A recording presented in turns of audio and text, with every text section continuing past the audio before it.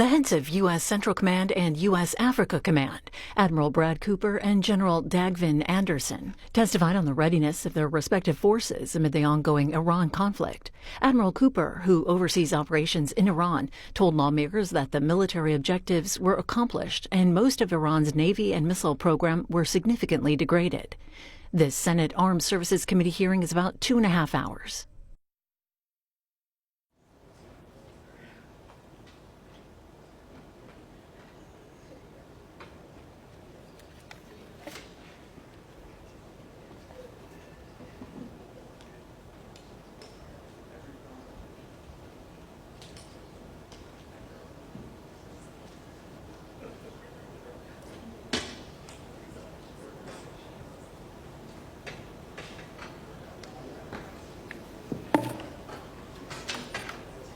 Committee will come to order.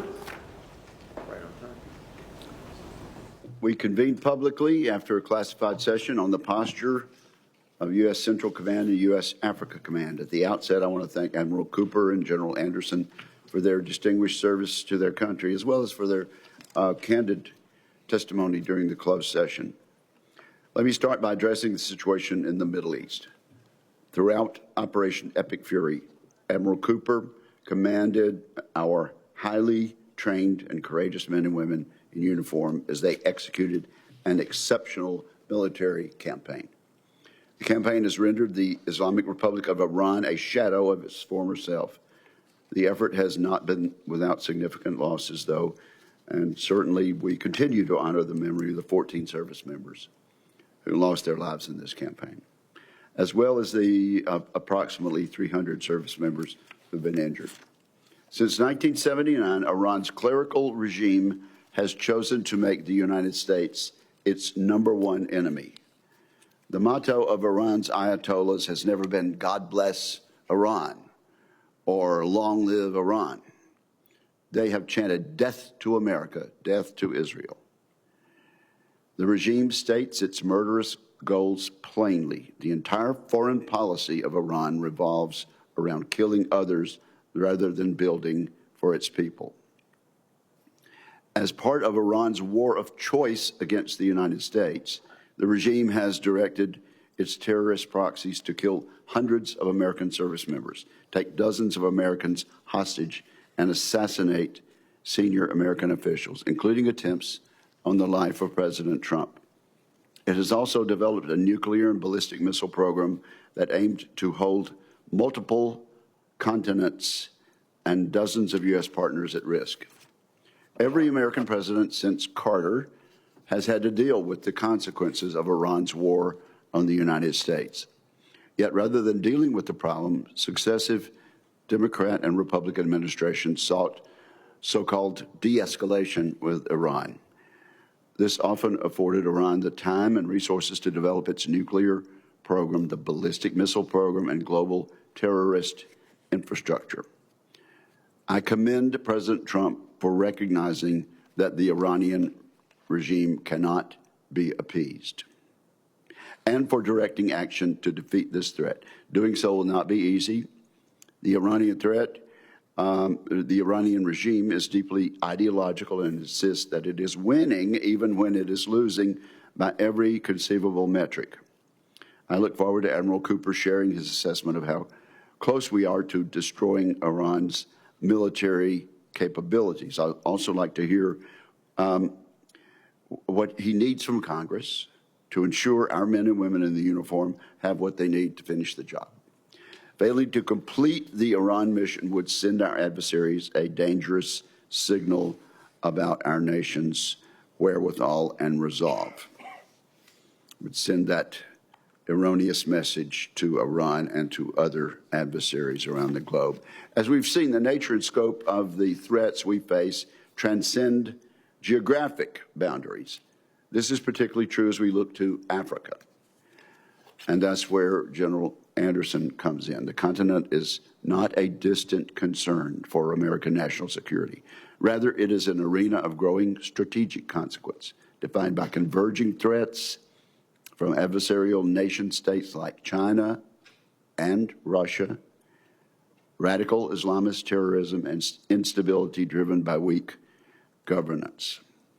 China and Russia recognize the strategic importance of Africa. China is leveraging economic coercion, debt diplomacy, and military basing to support President Xi's global ambition.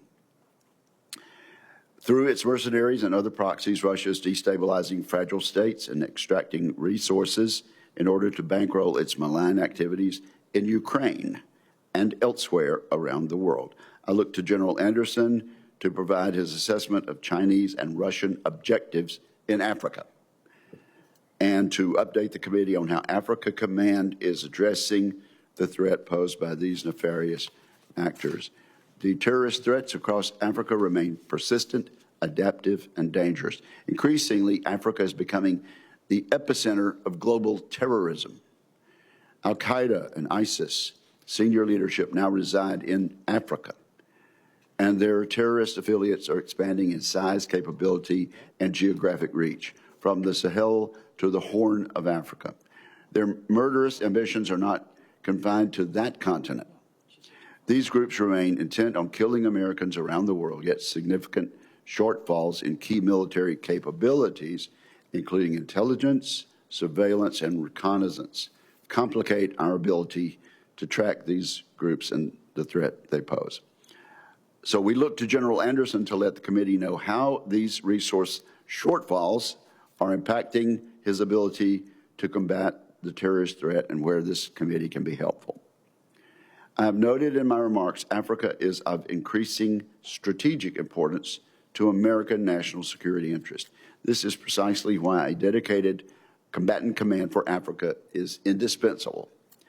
Africa Command was established in 2007 because the United States recognized that these challenges require sustained and dedicated focus.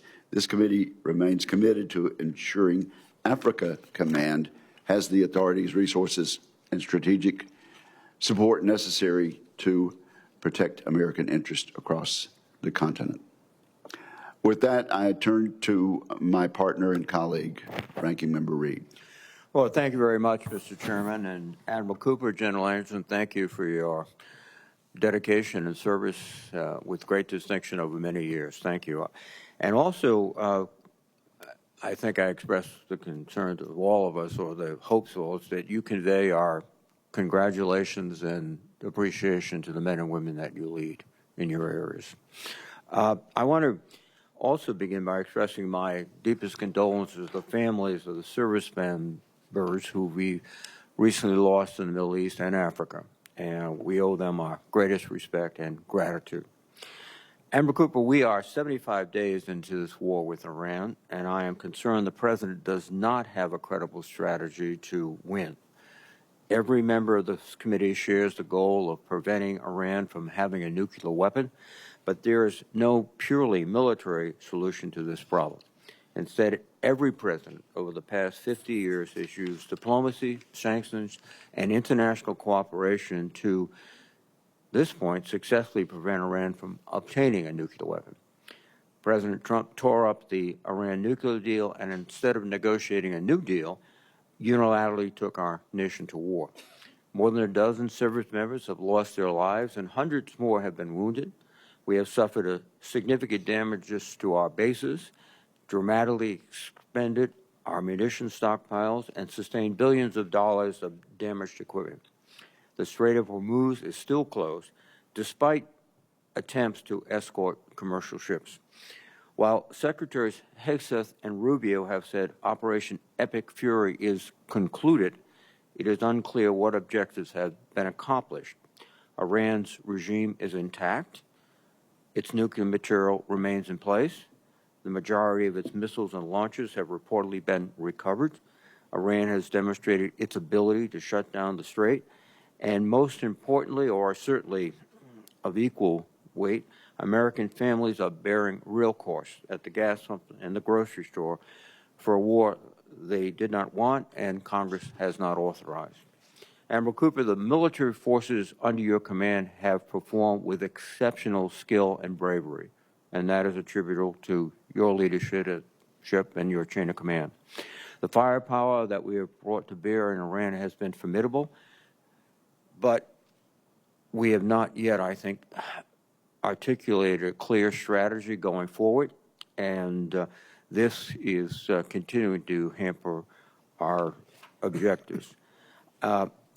I think everyone on this committee would love to see these peace negotiations succeed, and I'd be the first one to applaud significant results achieved through diplomacy. But one of the issues we're facing, and we've talked about it in the closed session, is at every term we are not receiving the information that we are legally entitled to. We've not seen the legal justification for this operation, nor the execute orders, and the administration's explanation for cost and the path forward have shifted constantly. This week, the president said that the ceasefire is on life support, and it leaves us a fundamental question: where are we and where are we going? And I hope you can touch on that, Admiral Cooper. There's two other concerns in CENTCOM I'd like to address. First, we withdrew all of our troops from Syria, and this has created some adverse consequences in my view. Our modest military footprint there produced significant returns, including a very reliable partner in the Syrian Democratic Forces, a sustained counter-ISIS mission, which we conducted, and a degree of leverage in strategically important area of the world. And we gave that up very quickly when we withdrew. And if you could provide some understanding of the current situation, I'd appreciate it. Second, the ceasefire in Lebanon is fragile, and Israel's continued airstrikes and demolition operations to the south are eroding it. The Lebanese armed forces are one of the few genuine stabilizing instruments we have left in the region, and we should be seriously investing in it. And again, Admiral, I'd like to know what resources you need to make this partnership successful, our partnership with the Lebanese military, in displacing Hezbollah and establishing a reliable government. General Anderson, I'm concerned by discussions about whether AFRICOM should be maintained as an independent combatant command, the same concerns I believe the chairman has. That fight should be not necessary. And it really, I think, reveals a misunderstanding of the continuing importance of Africa in so many different ways. If we were to merge AFRICOM with EUCOM, I think that would be a mistake. It would signal to our allies and adversaries that Africa is not a priority for the United States. Russia and China are not making that mistake. Russia's Africa Corps has expanded steadily across numerous countries, and China continues to build ports, infrastructure, and relationships across the continent. Both nations are filling a space that America has created for them by our disengagement. And General, I would ask you to share your views on the current security situation and how you are working with allies and partners to address the political and economic instability in Africa. Finally, I would note that the dismantling of USAID has made this situation worse. More than $12 billion in annual assistance to sub-Saharan Africa is largely gone. This has translated directly into instability, radicalization, and openings for our adversaries. The administration's From Aid to Trade slogan in Africa may be a reasonable long-term aspiration, but is not a near-term substitute for what has been lost, and our partners on the ground know it.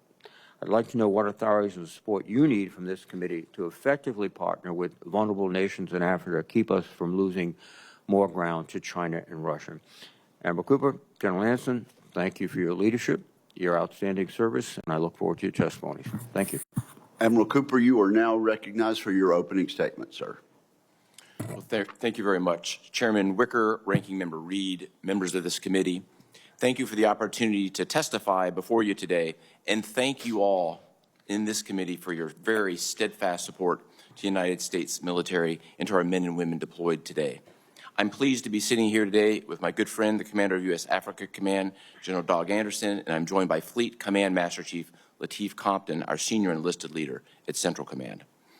Events in the Central region have shown how quickly the course of history can change. In just the last few years, decades-old features of the strategic landscape, once thought immutable, have been upended, bringing both challenges and opportunities. I strongly believe that every success that we have starts and ends with our people. In just the last 7 months, America's sons and daughters serving in CENTCOM have played key roles in world events, implementing the President's 20-point peace plan in Gaza, degrading the ISIS threat in Syria, preventing what I would characterize as an ISIS crisis by conducting a historic prisoner transfer to Iraq, creating the most integrated and effective air defense architecture ever seen, which was decades in the making, and most recently addressing the Iranian threat. The performance of our warfighters in Combined Joint Task Force Operation Inherent Resolve, often referred to as CJTF OIR, is particularly noteworthy. In January, responding to a rapidly deteriorating security situation, they executed an extraordinary transfer of more than 5,700 ISIS prisoners, all terrorists, from Syria to Iraqi custody. Their effort prevented a mass prison break that risked large-scale ISIS reconstitution and acute risk to the American homeland. In parallel, OIR has maintained relentless pressure on ISIS remnants in Syria. Most recently, Operation Hawkeye Strike removed over 50 ISIS terrorists and 100 terror infrastructure targets from the battlefield. U.S. Central Command was created in direct response to the threats posed by the Islamic Republic of Iran, and I am the 16th CENTCOM commander to deal with the Iranian problem set. For 47 years, the Iranian regime has terrorized the region and made hostility to the United States a core tenet of its rule. Their hostile, lethal track record against the United States is well documented, but I don't know that it is always well understood. Here's a data point.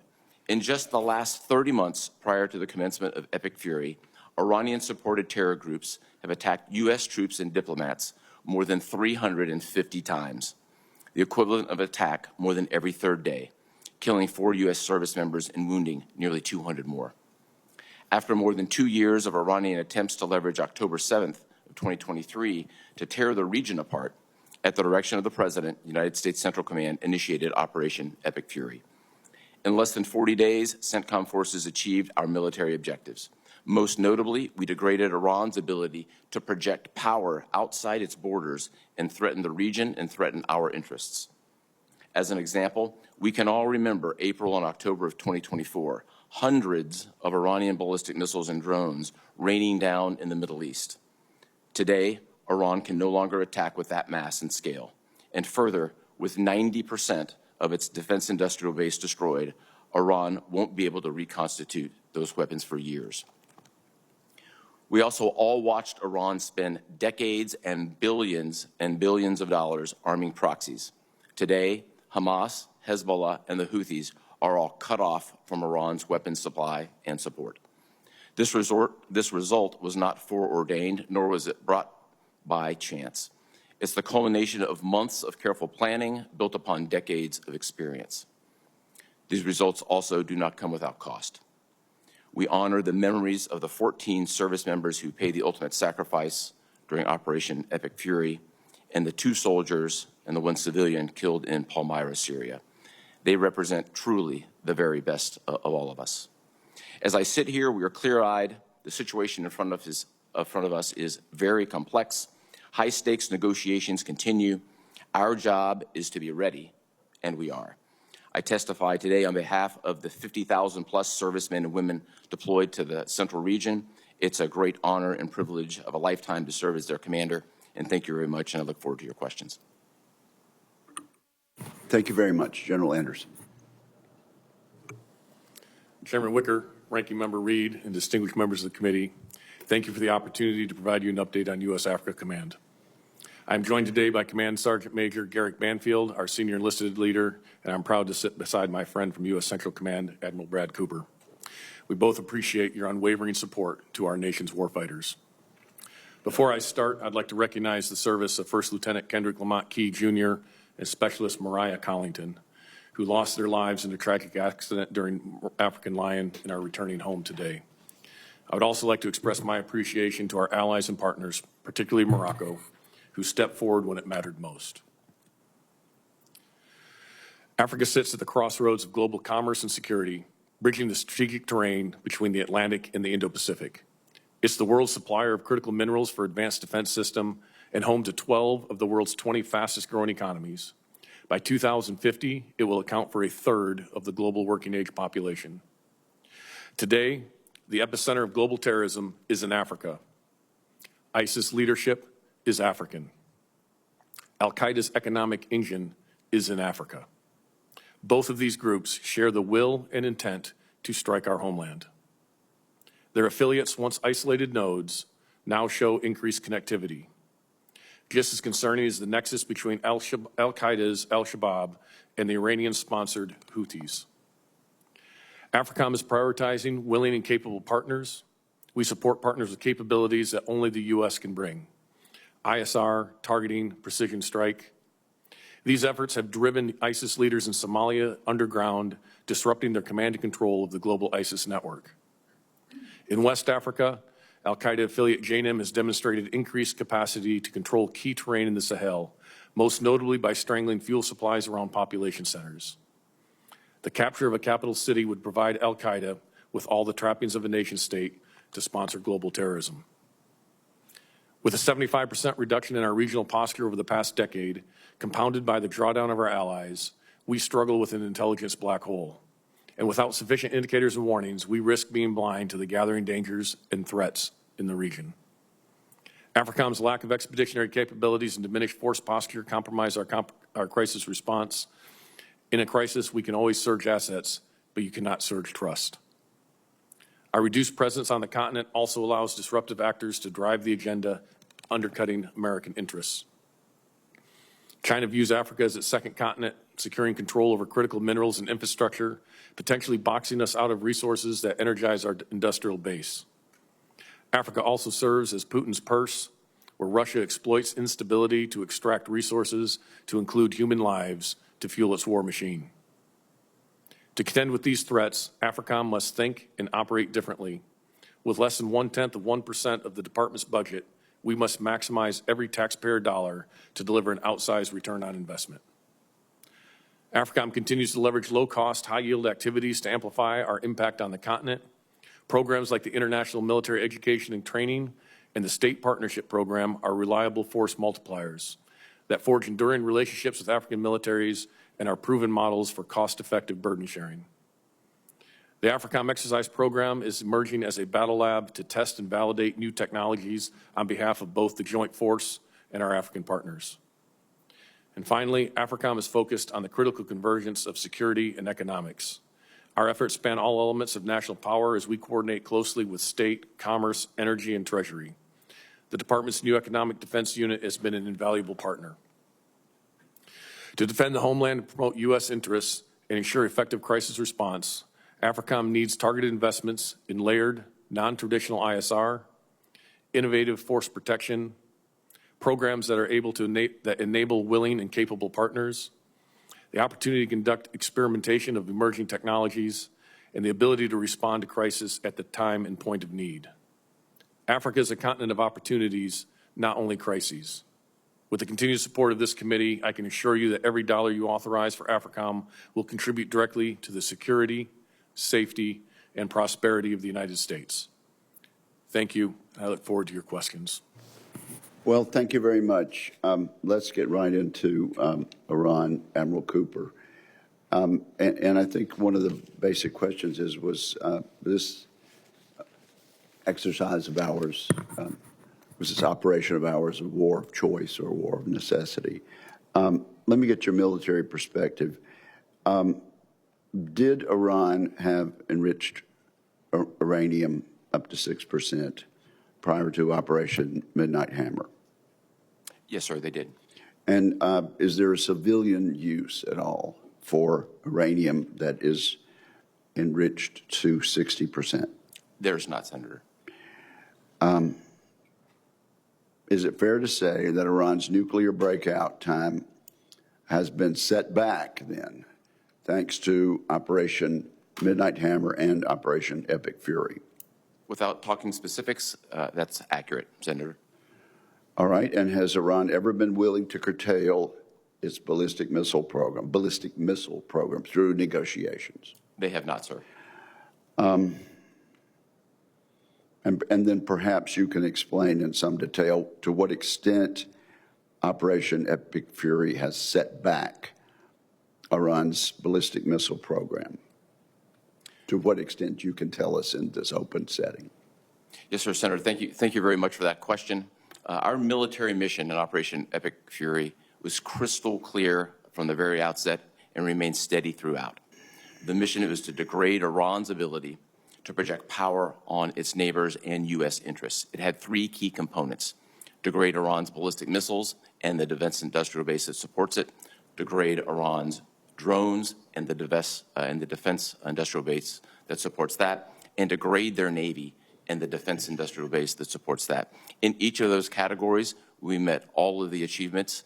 Each of those systems were significantly degraded. If I gave you just a couple of examples, the defense industrial base for their drones and their missiles and their Navy were degraded by 90%. They have about 10% left. For the Navy, my military assessment would be that the Navy will not begin to rebuild for 5 to 10 years. Many of you are serve in states that build ships. It's complex. It's particularly complex when you don't have an industrial base to build it. My professional perspective on this also is that Iran would not return to the same level of Navy that it had for a generation. Now, this 10% of drones left, are they exquisite or the sort of relatively inexpensive drones we've been hearing about? Senator, thank you for this question. I think I'd like to use the opportunity to myth bust on drones. Okay. The days of $35,000 drones that we saw in the last couple of years, particularly in the fight against the Houthis in Yemen, those days are behind us. Today, we face an increased threat from drones that are highly sophisticated. They're jet-powered. They have high-end sensors. They have electronic warfare. They have signals intelligence. So those days of using high-value defenses to shoot down cheap targets are behind us. Quite the contrary, what we have been doing lately is using our own low-cost one-way attack drones, attacking Iran, making them use higher-end, more expensive weapons. So I can confidently tell you we have flipped the cost curve in many ways. Always work to be done, but I like where we are in this regard. Okay, and you know, there's been a lot of talk about part of the negotiations being giving up the nuclear ambitions, but almost as important to me is the support of terrorist proxies. So has Iran ever been willing to end support for the terrorist proxies, Hamas, Houthis, Hezbollah? They have not, Senator. So to what extent has this exercise, this operation, denied Iran resources for funding terrorism? Senator, this has been a significant priority from the outset, and as we sit here today, there are no resources and equipment that are flowing from Iran to Hamas, Hezbollah, or the Houthis. Those transfer paths and methods have been cut off. To the extent that that source of support has been cut off, what are the other sources of support that these terrorist groups can look to? I think some of those pieces are best discussed in a more classified environment, but I think the key element of this is the main supplier of resources and training for decades and billions of dollars, and we've seen all this before our very eyes. Those pieces have been completely cut off today. Thank you very much. We'll take another round, but at this point I recognize the ranking member. Thank you very much, Mr. Chairman.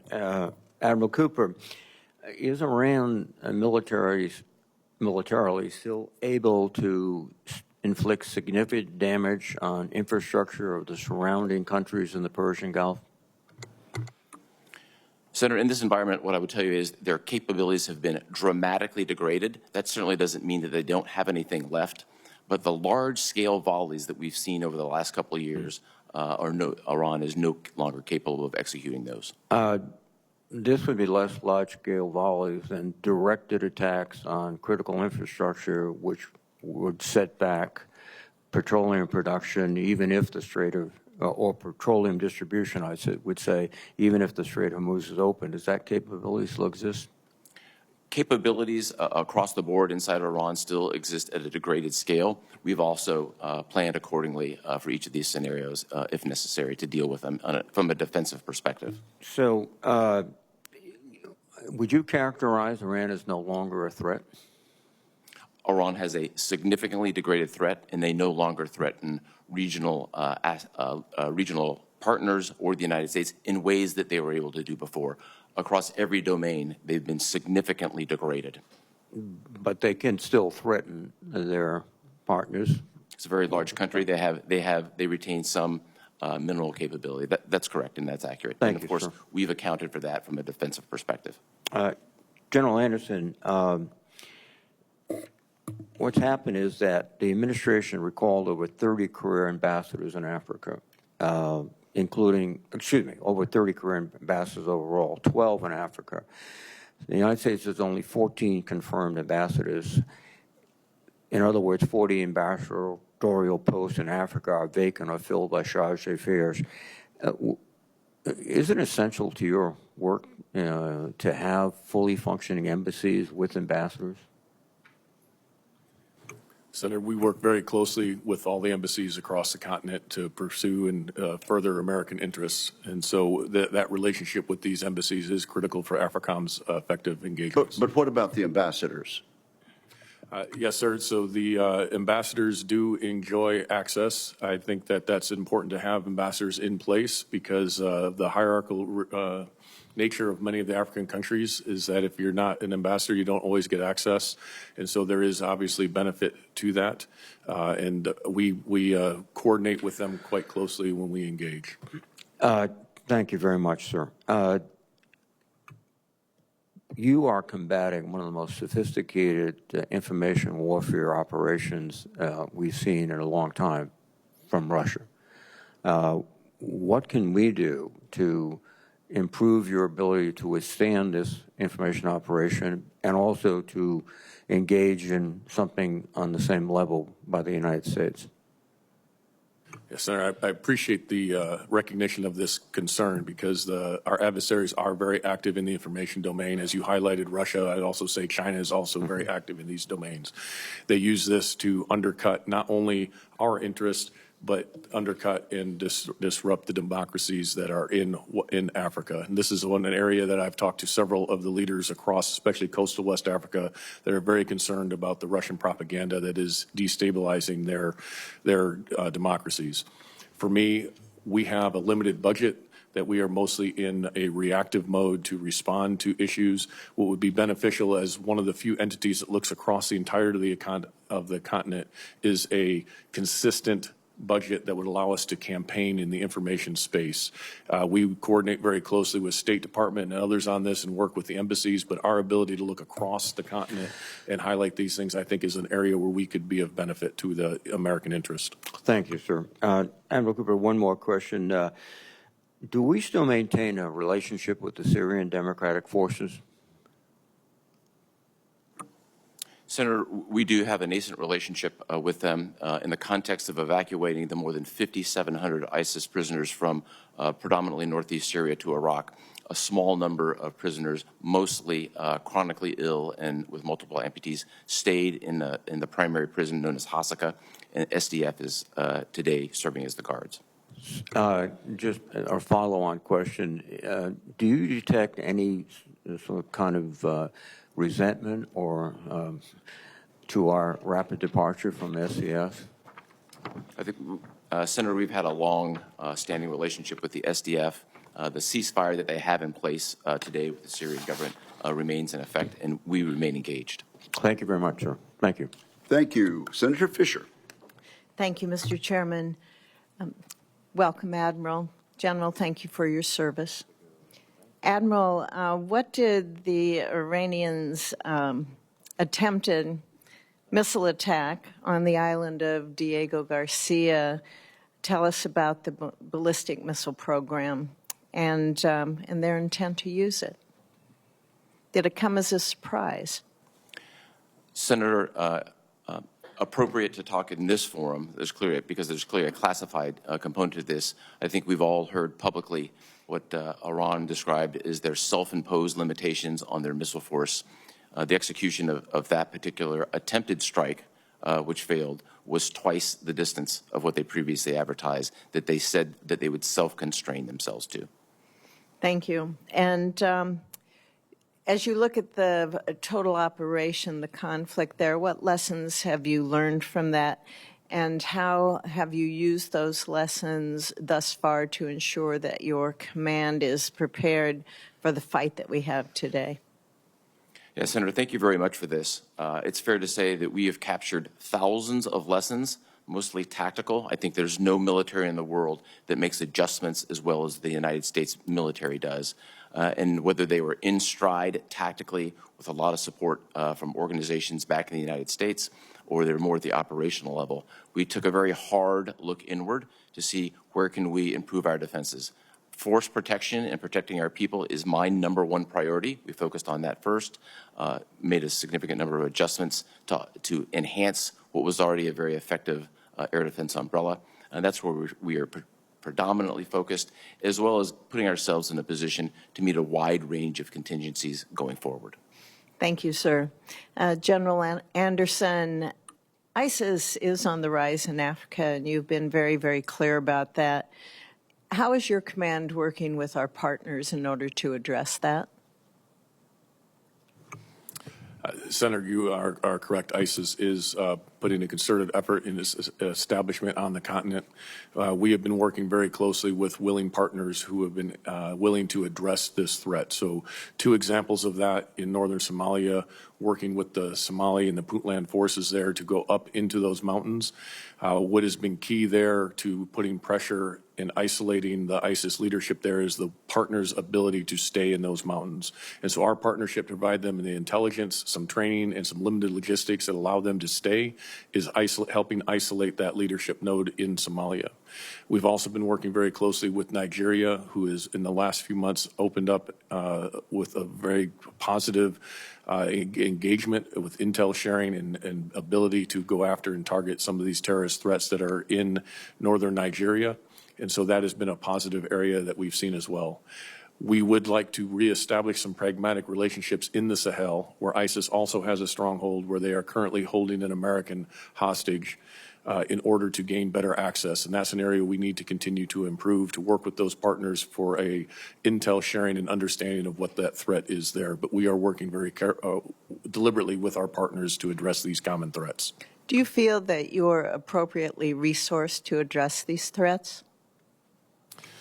We have the minimum necessary resources in order to address the threats. In order to do this, because of the size of the continent and the complexity of those attacks or of those threats, in order to thwart these, we have to shift resources, and that entails taking some risk in those other areas in order to address the primary efforts.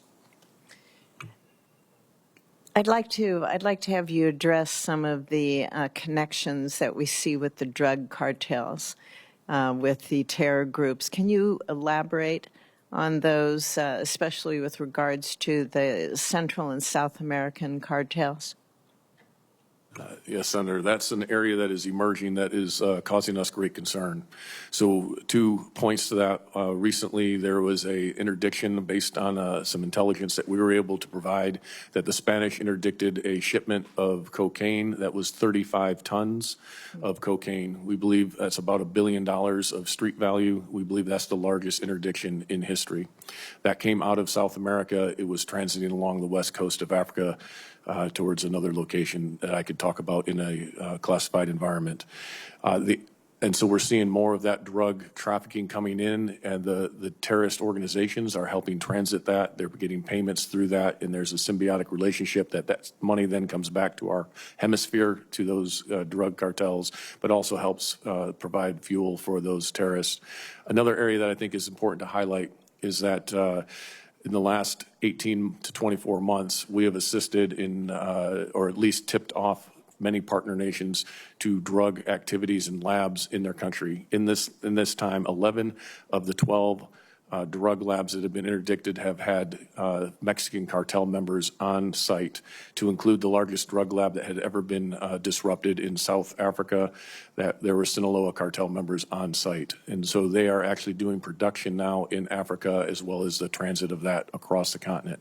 So we're watching this develop, and it's of concern as this fuels both the terrorists and the cartels. What's the destination of those drugs?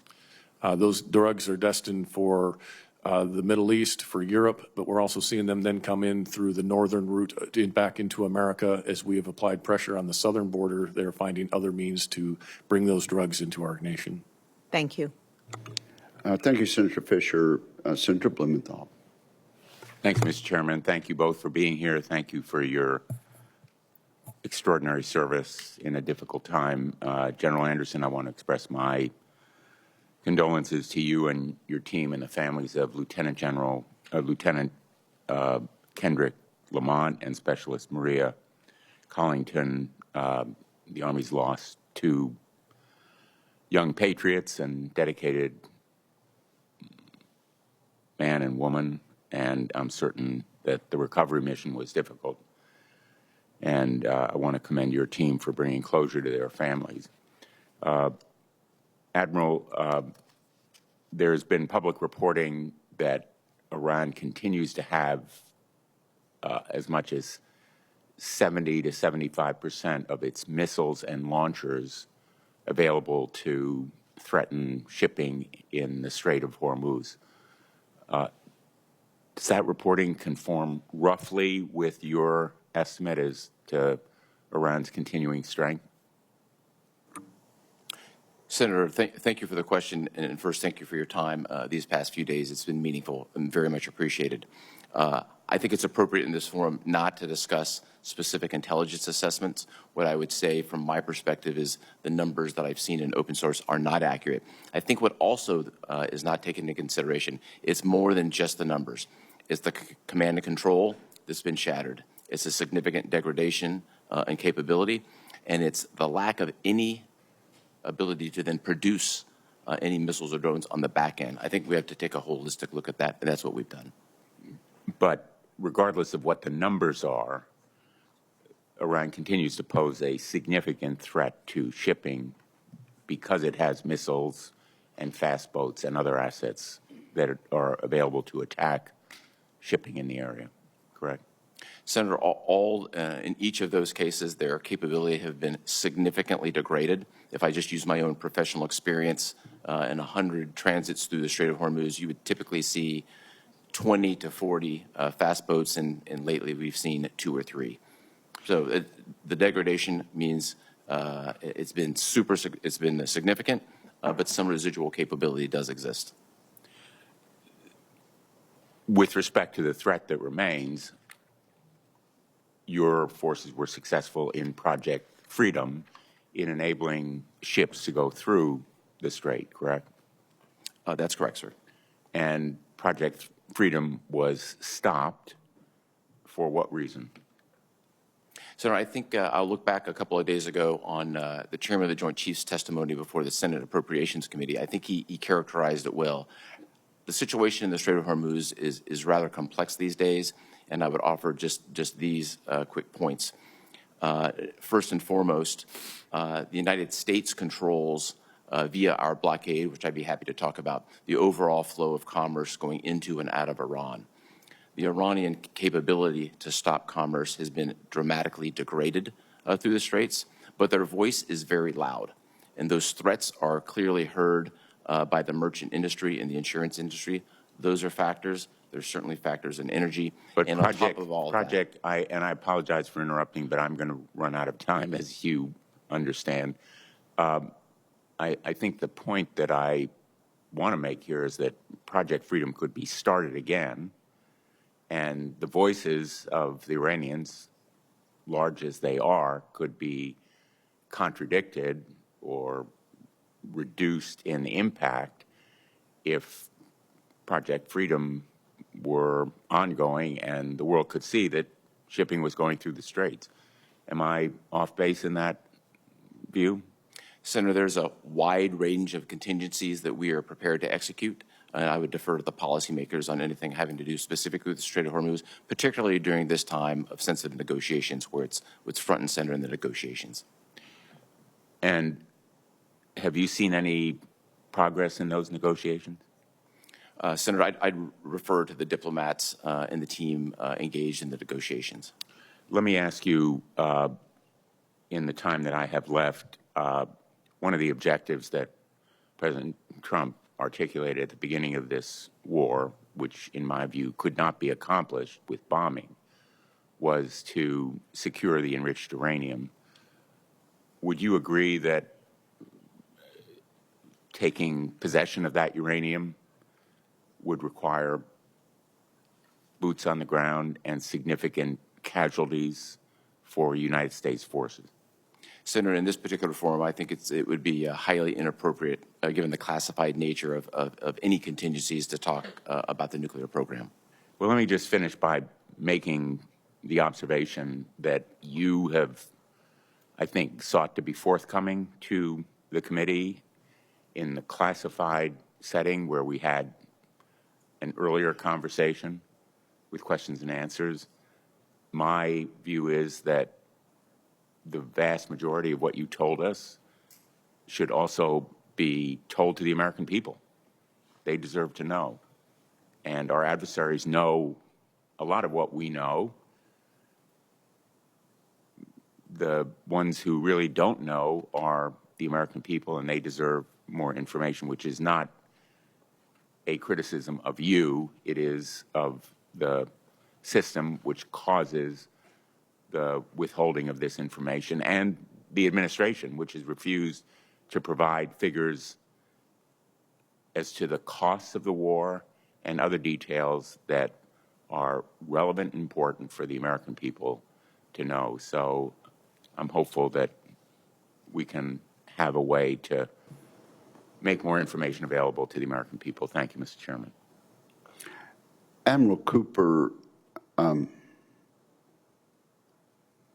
during the brief time of Project Freedom, before it was closed off again, can you say in this setting whether or not our services were able to open the strait? Senator, thank you for this. Very much appreciated. As has been publicly highlighted, the first two ships to flow from the Arabian Gulf, from the western part into the east through the Strait of Hormuz, were U.S. flagged vessels. That was successfully executed. And U.S. Navy destroyers then came into the Arabian Gulf, operated for a number of days, and then, as you subsequently saw, float out of the Arabian Gulf. Okay, so Senator Blumenthal's question presumed that you could give in public your judgment as to whether the United States is capable of doing that again. Senator, there's a military component of this, and then there's also a policy component that I would leave to the policymakers. But from the military standpoint, we could do that again, could we not? We just did it last week. Thank you. Senator Ernst, I believe. Thank you, Mr. Chair. And gentlemen, thank you for being here today, and to your teams as well. We truly appreciate your service and dedication to our nation. And I also want to acknowledge the loss of the two individuals in Morocco, and thank our Moroccan partners as well for their contribution in the recovery efforts. I do want to recognize, Admiral Cooper, those that we have lost during this current operation, or the former operation Epic Fury, as well as the two Iowa National Guardsmen that we lost in Syria this last December. We have also more than 380 who have been wounded in this fight. So for all of those service members that have given so much, and to their families, they will not be forgotten. The operations that have been conducted against Iran and its proxies across the Central Command AOR wouldn't have been possible without some really tremendous partners in that region. And we have seen a large burden borne by Israel and Jordan. We've seen assistance coming from Bahrain and UAE, who has taken a significant amount of incoming fire, Saudi Arabia, Qatar. They haven't all been passive bystanders. They've been actively engaged. So they have contributed to every line of effort, and we appreciate them contributing to our successes. We can't overstate what their basing access logistics, their networks and intelligence cooperations have meant operationally to us. So, Admiral Cooper, what is the one or maybe two things that you want all of us to understand as we walk out of this hearing, knowing about what our allies have assisted with in this fight? Senator, first, thank you for the question, and thank you for your leadership, and thank you for all that has been done by the great men and women from your state. Thank you. They played an outsized role, so thank you for that. Thank you. In terms of our partners, I think a key feature is we have enhanced mill-to-mill relationships across the board in the Middle East. As we sit here right now, we have 5 specific partner nations who are not just conceptually side by side, but literally side by side with the United States in defense. The United Arab Emirates, Bahrain, Kuwait, Qatar, and Saudi Arabia. Over the course of Epic Fury, they defended themselves and they defended Americans. In addition to those key allies, everything that we've accomplished would have been impossible without the Kingdom of Jordan. And clearly, we were operating very closely with the State of Israel. I think that group in particular should be commended. They didn't just execute missions. They served side by side with Americans and protected Americans. Thank you. And this takes years to develop those friendships, those relationships, the mill-to-mill work that you do. Is that correct? It does. There's the mill-to-mill work. There's the friendships. It's all about bringing these together. And the air defense umbrella that's been created has been in concept for the better part of a decade and a half, now fully realized. And again, I just want to reiterate that we have such tremendous partnerships with so many of those nations, and we thank them for that. I'll move to AFRICOM now, General Anderson. Over the past couple of years, the U.S. has been withdrawing forces from a number of countries, including Niger, Mali, and Chad. And Russia's African Corps has moved in to fill that vacuum. Where we don't exist, others will. But just a few weeks ago, they retreated from Kidal, Mali, under fire. They had surrendered to the very militants that they were sent to defeat.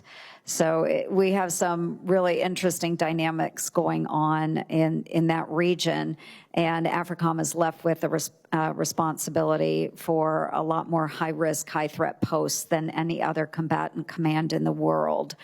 So walk us through, just very briefly, what AFRICOM cannot do today that it could 5 years ago. Well, Senator, I think there's one very poignant example that I can use very quickly is that 5 years ago, as a commander of Special Operations Command Africa, Philip Walton was taken hostage in Niger and transported by bandits who were being prepared to be sold to terrorist organization. We were able to identify him in 24 hours. We were able to pinpoint his location within 48. He was rescued in less than 96. That was largely due to the access that we had, also the partnerships and the relationships that we enjoyed. Today, Kevin Rideout is on day 205 of captivity, largely because we don't have the access that we had before and the relationships that are necessary, and that posture reduction has been difficult. And he was also taken out of Niamey. Unfortunately, he was then sold by the bandits to ISIS and is being held there today. And thank you for that. And Mr. Chairman, I just want folks to understand the lack of presence that we have in AFRICOM and that exact difference. So thank you, General Anderson, for a very, very specific example of what a lack of presence has meant. Thank you, Senator Ernst. There's a proposal for substantially more funding for your command. Is that right, General Anderson? Senator, that is correct. The presidential budget significantly increases our budget and addresses some of these key concerns. Well, that one example you just gave, would that be addressed by these proposed additional funds? So not entirely, Senator, because the access and relationships are what were key there. But we do, because of this, because of that lack of posture, need more investment in expeditionary capabilities, and that is being addressed in the proposed budget. But those relationships that the Senator highlight and maintaining those relationships are absolutely critical because you cannot surge trust in the time of need. Okay, well, you and I have gone back and forth about unfunded requirements. And so I guess your testimony is that that's not a matter of funding, it's just a matter of relationships. Senator, that is a matter of relationships. The funding that we would ask for that would help us is the contingency response ability, expeditionary, but also some targeted programs to work with key partners who are willing and able to address the threat to increase their capability and capacity to do that. So those are the investments. Those are all included in the proposed budget. So right now, I don't have many needs. Very well. Senator Kaine. Thank you, Mr. Chair, and to our witnesses. President Trump's decision to unilaterally take the United States into a war with Iran is deeply unpopular in Virginia. We are a very pro-military state, a very pro-military state. And as I've traveled around Virginia and talked to Virginians, the unpopularity sort of gets crystallized into, have we learned nothing from 25 years of war in the region? 14,000 American troops and contractors died in the war on terror in Iraq and Afghanistan, more than 65,000 injured, $8 trillion spent. And Virginians who've watched their friends and family repeatedly deployed over the last quarter century have grave concerns about what was accomplished and was the sacrifice worth it. Our troops sacrificed so bravely. Chief Warrant Officer Robert Marzahn, one of the 14 who have died in epic fury, Spotsylvania County, Virginia. Our Ford Carrier Strike Group just returned the longest post-Vietnam deployment of any carrier. Our folks sacrifice. They want civilian leaders to make the right decisions about whether and when and how they should sacrifice. And there's deep concern that in this instance, the decision is a wrong one. Part of it is a failure to really grapple with history. In the hearings in this committee, I've heard over and over again, and I've heard the President, Secretary of Defense talk about Iran's bad actions since 1979. And everything that's been said about Iran's bad actions are true. But there's a lot of the story that folks don't talk about. History didn't begin in 1979. Iran and the United States were allies in World War II. One of the pivotal events in World War II was the Tehran Conference, where President Roosevelt, Winston Churchill, Joseph Stalin met in Tehran to guarantee Iran independence, stable borders, and sovereignty. Iran loved the United States. The United States led a coup to topple the democratically elected government of Iran in 1953 during the Eisenhower administration. The United States propped up a dictatorship, the Shah of Iran, trained the secret police, the Savak, that tortured, exiled, imprisoned, killed Iranians by the thousands. And 26 years after that, there was a revolution, 1979, and yet, yes, then it was death to America. The U.S. funding a dictatorship and toppling a democratic elected government led to an Iran that has been very hostile, and all the events my colleagues have talked about since then are accurate. But just as Iran seized our embassy in violation of international law, then the United States funded Saddam Hussein for Iraq to wage war against Iran in the 1980s, killing hundreds of thousands of Iranians. And just as Iran funded proxies that bombed a Marine barracks on our embassy in Beirut, the USS Navy shot down an Iranian civilian aircraft in 1989, killing 290 civilians. And the U.S. invaded Iran's next-door neighbors to topple their government. And then, yes, Iranians attacked U.S. troops arrayed near their border, and we've attacked and killed their leadership. I'm not saying that Iran is good. Iran is horrible. Horrible to its neighbors, horrible to people outside its borders, and even worse to its own people. But if you ignore the history of the back and forth between the U.S. and Iran, you will not get this right. If more war between the U.S. and Iran were the answer, we would have found the answer sometime between 1953 and now. Here's something I think it's important for my colleagues to know. We did look for a path, a diplomatic path, to end this hostility that's been going on since 1953. And President Trump tore up a diplomatic deal over the advice of his Secretary of Defense and Secretary of State. And many of us said at the time, if you do this, it is likely to lead to Americans dying. If you make diplomacy impossible, you will make war inevitable. And I believe the troops who have been killed in epic fury would be alive today if the United States had not decided to abandon a diplomatic deal. Admiral Cooper, and to my colleagues on the committee, here's something that's pretty amazing that we shouldn't settle for.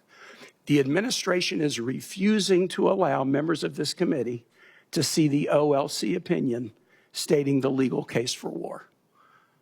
We've always had the ability. We're armed services members.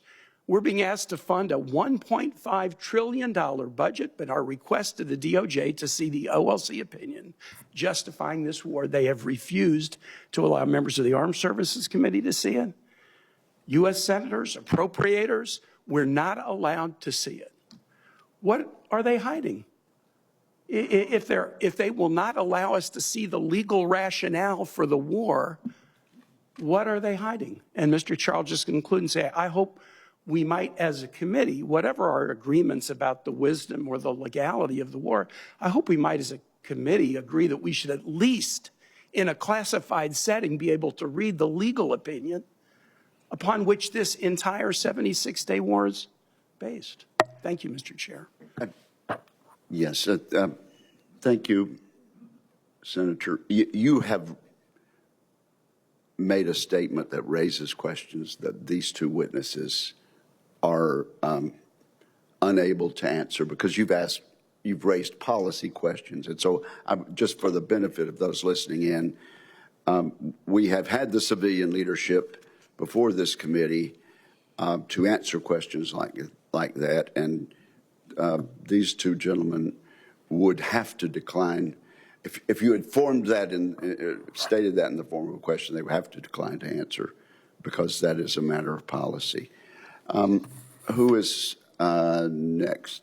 Senator Moody, you are recognized. Thank you, Mr. Chairman. And thank you for being here today.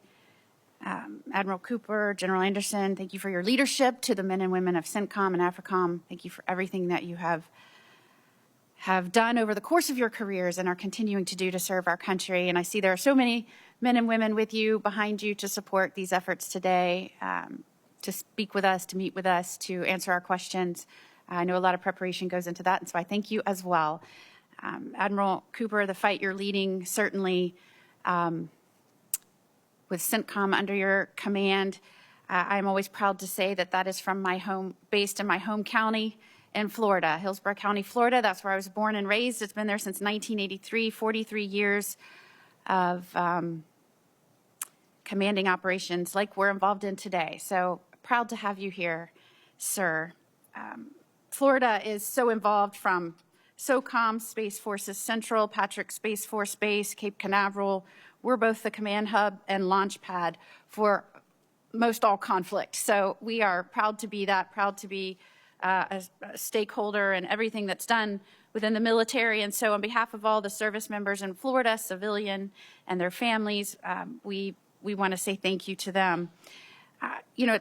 I am the newest member of this committee. It's always interesting to me to hear the different perspectives from other members on this committee. You would think from some of the questioning previously that the United States willy-nilly abandoned all diplomatic efforts, didn't think through that. There was no justification. And I'm wondering, I know, if you could tell me, Admiral Cooper, what is your background working with CENTCOM and all of the leadership positions you've held? Senator, first, thank you for the question, and thanks for your time yesterday, and thanks for your leadership. Thousands of Floridians are serving in the Middle East today, and they're serving honorably and what specifically have been your roles with CENTCOM? I've been focused on the Middle East for the last 5 years, 3 years of which we're serving in Bahrain as the fleet commander, and then about 16 months as the deputy commander prior to my current position. And how long have you been familiar with Iran and its leadership and its attacks against the United States? I've studied it or been a part of it for the better part of 3 decades, particularly acutely in the last 5 years. And leading up to February 28th, months prior to that, what was jarring to you that you saw different than what had been for those many decades that you've been involved? I think it's important to note just in the 30 months before Epic Fury commenced, Iran and its proxies had been attacking U.S. service members and diplomats about 350 times. Can you repeat that? About every third day. Iran and its proxies attacked American service members 350 times in the Middle East. I don't think that Americans were aware of that in the 30 months that they had attacked Americans or their service members 350 times. Does that surprise you that I would say that? That I don't believe the everyday American going to work knew that? It's disappointing, but between the actions of proxies in Iraq and Syria, as well as the Houthis, that's simply the fact of what happened. And the months leading up to that decision, that very serious decision on February the 28th, what were your concerns regarding the proliferation of missiles or the ability of the United States to do anything if that nuclear threat escalated?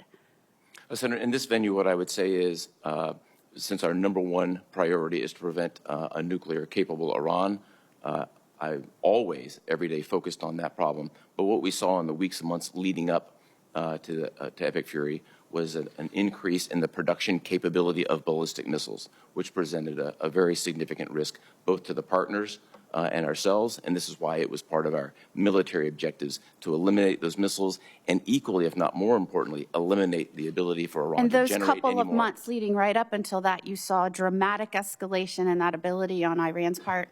That's correct. Between starting in about November and December, you started to see an increase in Iran's capability and intent to produce more ballistic missiles. And if we couldn't have neutralized that threat diplomatically, does there come a point where that's not an option anymore, where there may be a slippery slope where we can't get back to our ability to be effective to quell that threat? Without crossing into classified lanes, the short answer is yes. Iran had a large-scale capability to produce ballistic missiles beyond which could potentially be defended. I think that's a very important point. The second point is that capability has been virtually eliminated. And I believe I heard you say at this point you believe Epic Fury has satisfied its mission?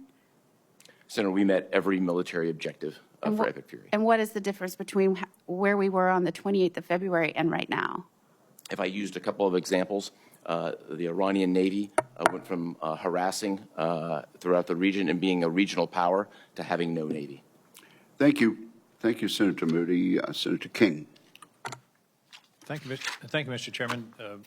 Admiral, you used the word myth busting a few minutes ago, and I have to do a little myth busting. It's sort of a common rhetoric today that no administration prior to this one has confronted the threats of Iran. In fact, the most effective confrontation with the threat from Iran, the nuclear threat, was during President Obama's administration with the JCPOA. I would point out that at the time that President Trump unilaterally tore up the nuclear agreement with Iran, Iran had 0 highly enriched uranium.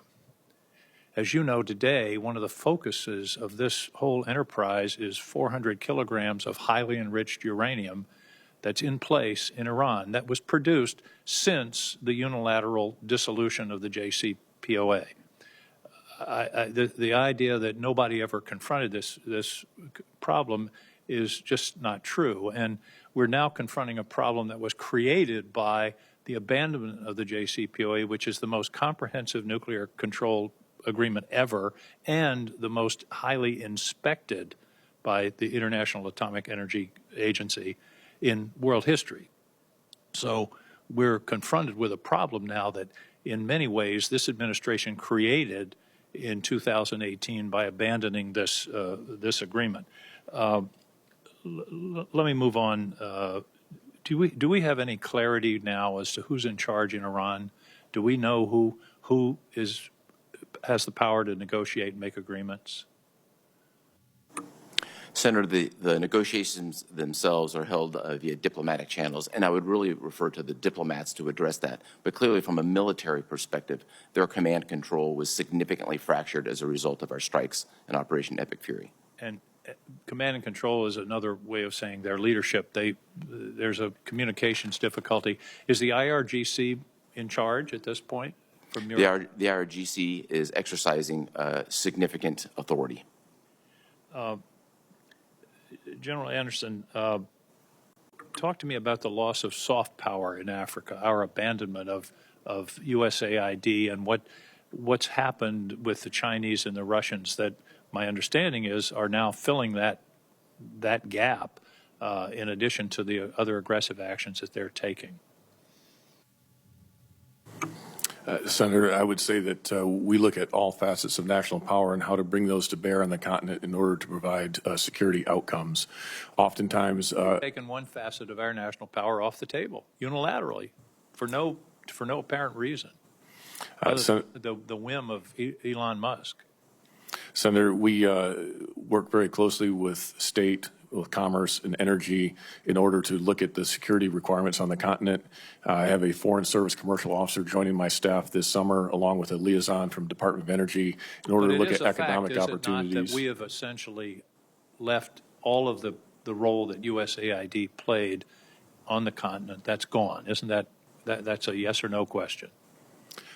Senator, there are still aid programs that are active on the continent. They are much reduced from what they were before.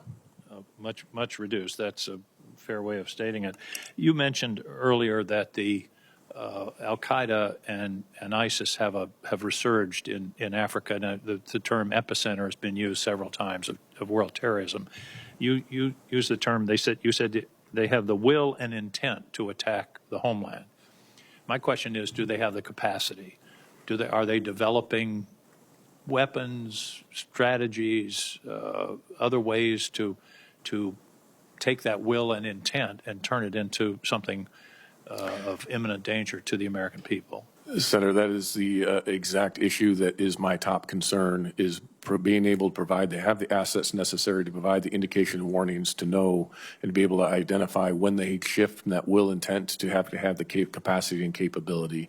That is something that is very difficult for us to ascertain in the Sahel right now, given our limited posture. That was going to be my follow-up question, is do we have the capacity to determine their capacity? It sounds like you just said we don't have the capacity that we should have or need. Senator, we are, that's why in the President's budget we have asked for additional intelligence, surveillance, and reconnaissance capabilities, and why we're also looking at a layered approach to look at everything from surface to space, to look at commercial assets, to look at emerging technologies, open source as well, and use these technologies, especially artificial intelligence, in order to fuse these multiple different types of layered ISR in order to gain that understanding and illuminate this black hole of intelligence in the Sahel. We cannot sustainably afford to do that solely with airborne ISR, so we have to look at a multifaceted approach.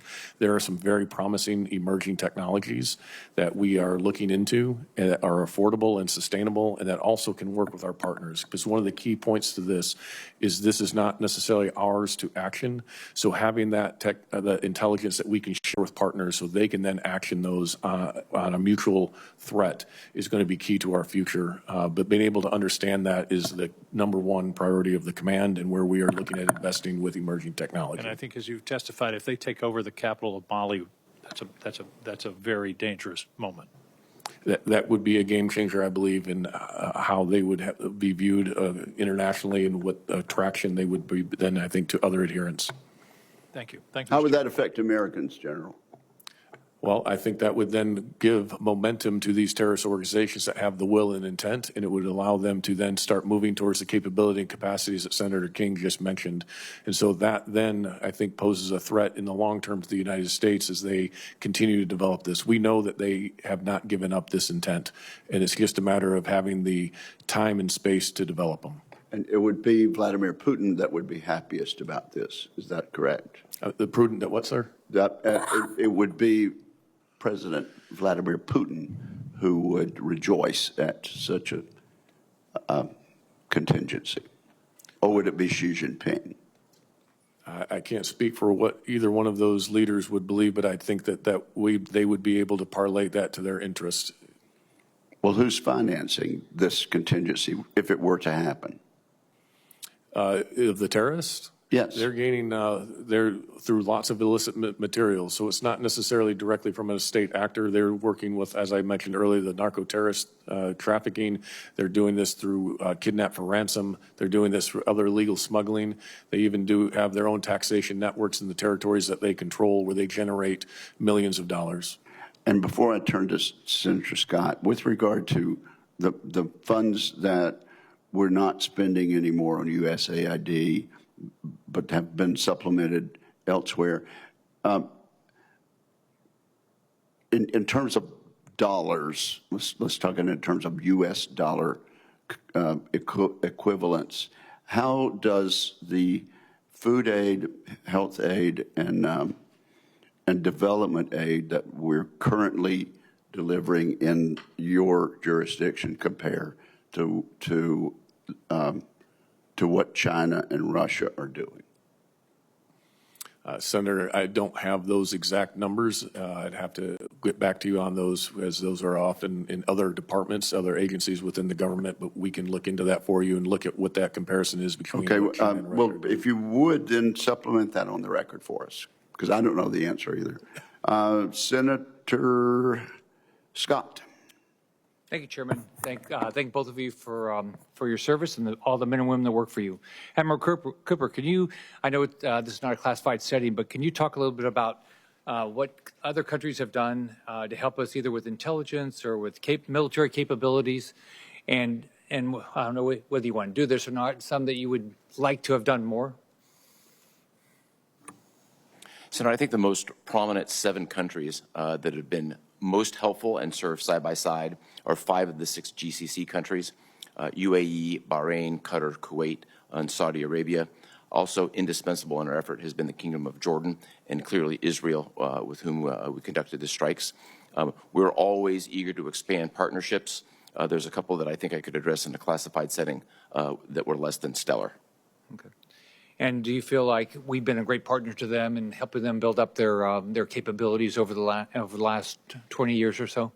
Senator, I think it's been an excellent two-way street, and if I look at mill-to-mill relationships, it's been very strong. I'd simply highlight the result of years of effort in collaboration and partnership, put our partners literally side by side with Patriot defenses, with our partners defending Americans. I think that sends a lot. I think that sends a good signal and says a lot.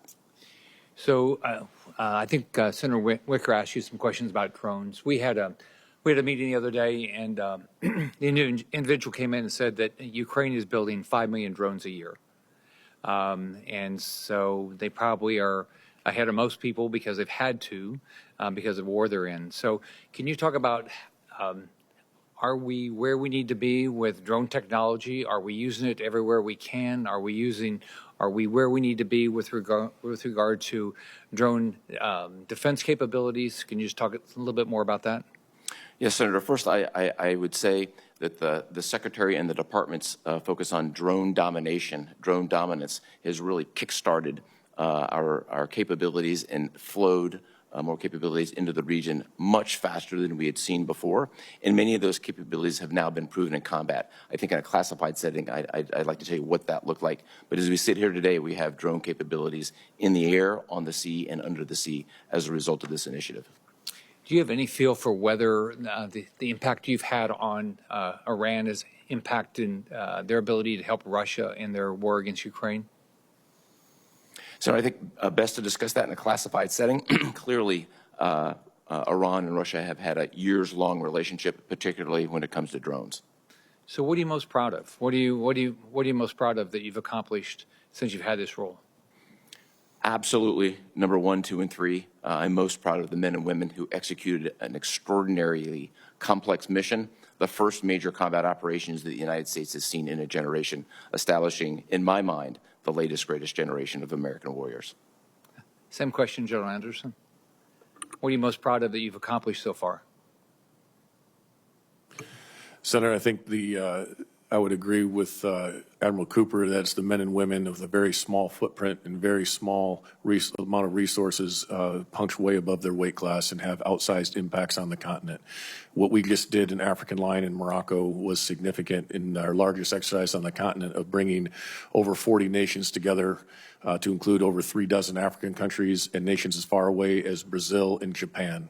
That ability to convene is one of the great powers of the United States, and it differentiates us from many others. So I am proud of the fact that we can do that and that we can not just pursue our own readiness, but actually bring multiple nations together to address common threats. Thanks, both of you, and thanks to all the men and women that work for you. Thank you very much, Senator. We have Shaheen and then Hirono. Thank you, Mr. Chairman. And again, thank you to both of you for being here and for your service. I wanted to pick up on Senator King's questions about the closing of so much of our foreign assistance in Africa, General Anderson, and Senator Wicker asked what we're seeing in terms of China. I have a couple of examples that I think are worth pointing out how much that has meant in terms of China's ability to make inroads, because China has actually eclipsed Russia as the largest weapons exporter to sub-Saharan Africa, which I'm sure you're aware of. And 70% of all African armies now operate vehicles from the PRC as opposed to the United States. Beijing's looking to expand military grants, training, and joint exercises between the PRC and African countries. And we don't have the kind of foreign assistance soft power that we did before the elimination of USAID.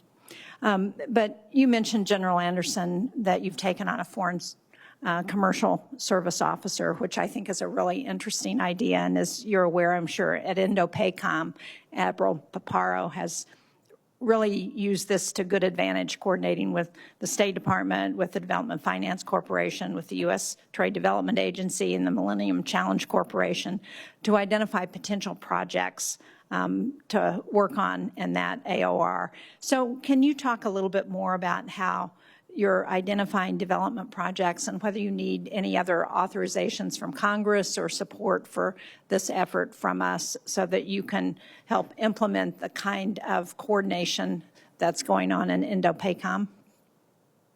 Senator, yes, I very much appreciate your interest here, because this is an area I think is emerging on the continent with just the demographics of the continent and the growing economies. Being able to identify the intersection of security and economics is absolutely vital. All of the agencies you mentioned are ones that we are coordinating with to make sure that those investments go into the continent and have the greatest effect, but they're also informed by what are the security implications. So sometimes it may not have the same economic return, but that return may come in security. And that's where we come in, is being able to convene some of these different agencies as well as private industry to be able to articulate what those security concerns are, what those implications are, and then also the fact that we are able to execute exercises and other things around the continent helps go into the calculus of those investments and buy down some of that risk. So that is what we're looking to develop. So do those agencies routinely check with you if there's a major project that they're looking to fund in Africa? So historically, no, and that's why we're standing up a very small unit within the headquarters in order to have that point where they can help facilitate these discussions, because often they didn't know where to have them. And is that something that Congress can be helpful with in terms of trying to encourage that sort of coordination? I think there are ways that encouraging that coordination would be very helpful, and being able to articulate this across the committees that oversee these various agencies and understanding how that interrelation of national power can come together, that it's not always the military lever that produces a security outcome, but being able to have that dialogue, I think, would be critical. The other area that I think would be very helpful also is incentive structures that help energize our industrial base to help produce the equipment that our partners want. They would much prefer to buy U.S. equipment, but often our systems take so long and are so long to deliver because often the incentive structure is not there, that they turn to China out of necessity, not because of desire. They often see that as inferior equipment, and they would much prefer to buy American. We need to incentivize our industrial base to meet that demand.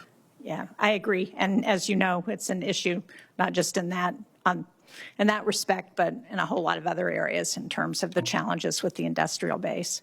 Admiral Cooper, one of the things that's gotten a fair amount of attention in recent weeks has been President Zelensky's working with some of our allies and partners in the Middle East in response to the war in Iran on the expertise that the Ukrainians have developed to address counter-drone responses. Can you talk a little bit about what you're seeing with respect to that, and whether our allies and partners find that kind of support helpful from the Ukrainians?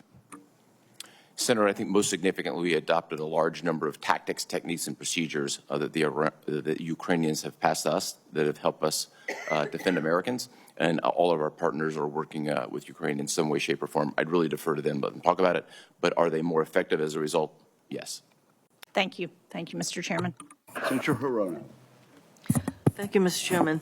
Before I begin my questions, I want to again take a moment to highlight the true costs, both for the military and everyday Americans, of the president's illegal war with Iran and summarize how we got here.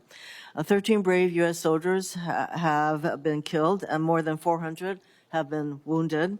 The DoD is now estimating that this war has cost over $29 billion and costing more every single day. The continued closure of the Strait of Hormuz, which somehow caught the president by surprise, is directly contributing to the growing affordability crisis that Americans are facing. And negotiations are at a stalemate, but it's becoming clear.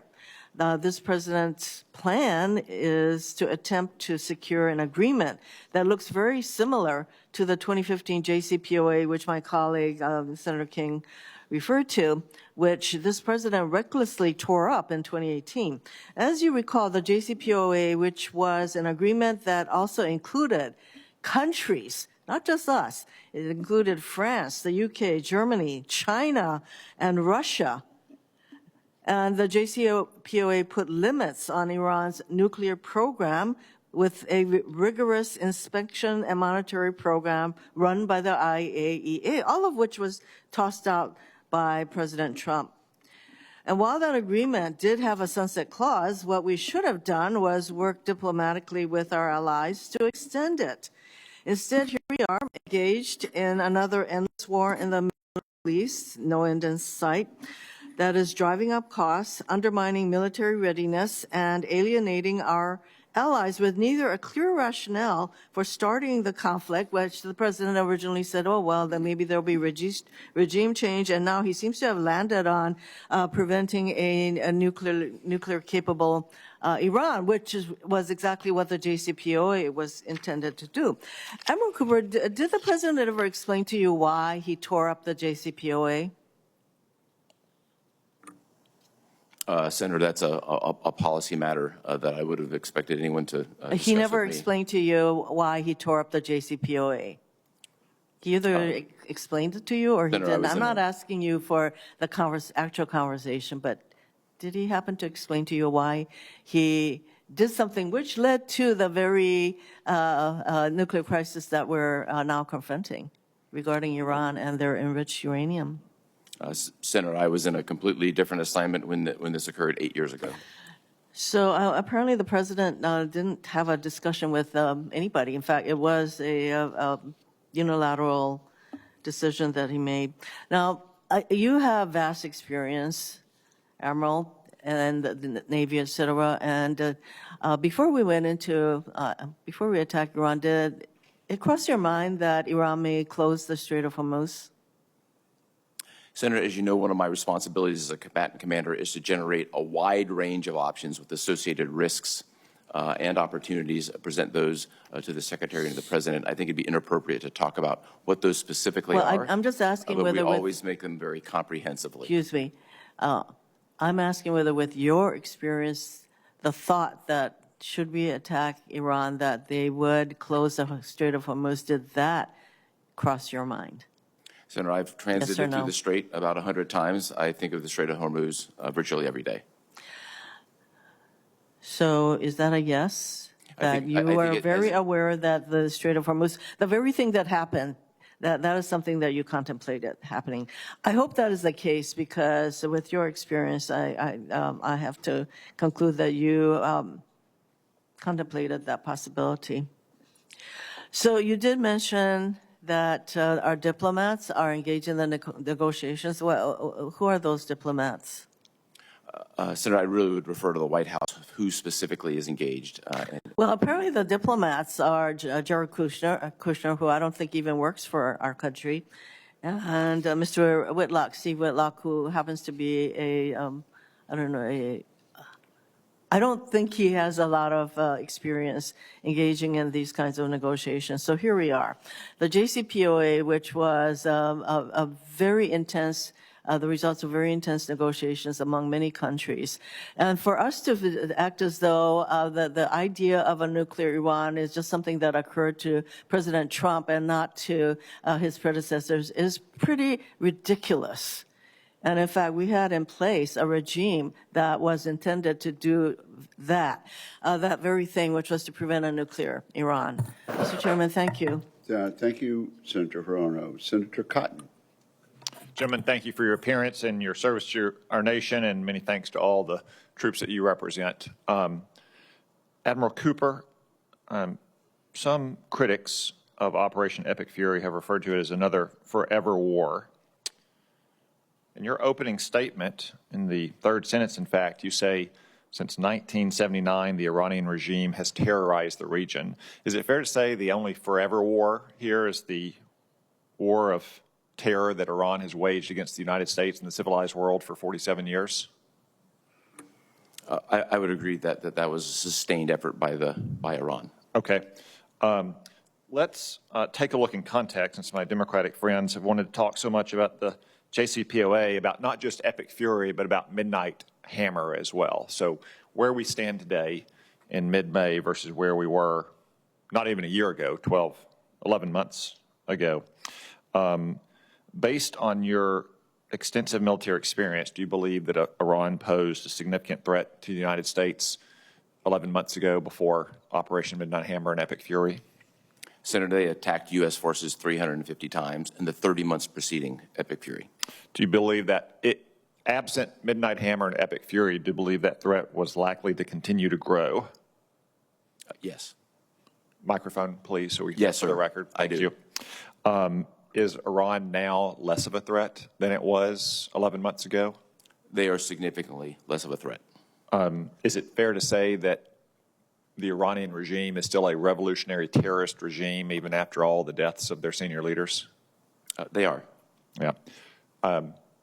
Is it fair to say the revolutionary terrorist regime no longer has nearly as much military capability to act on its revolutionary terrorist intentions? That is fair, and I think it's also fair to say across every element of national power, they've been significantly degraded.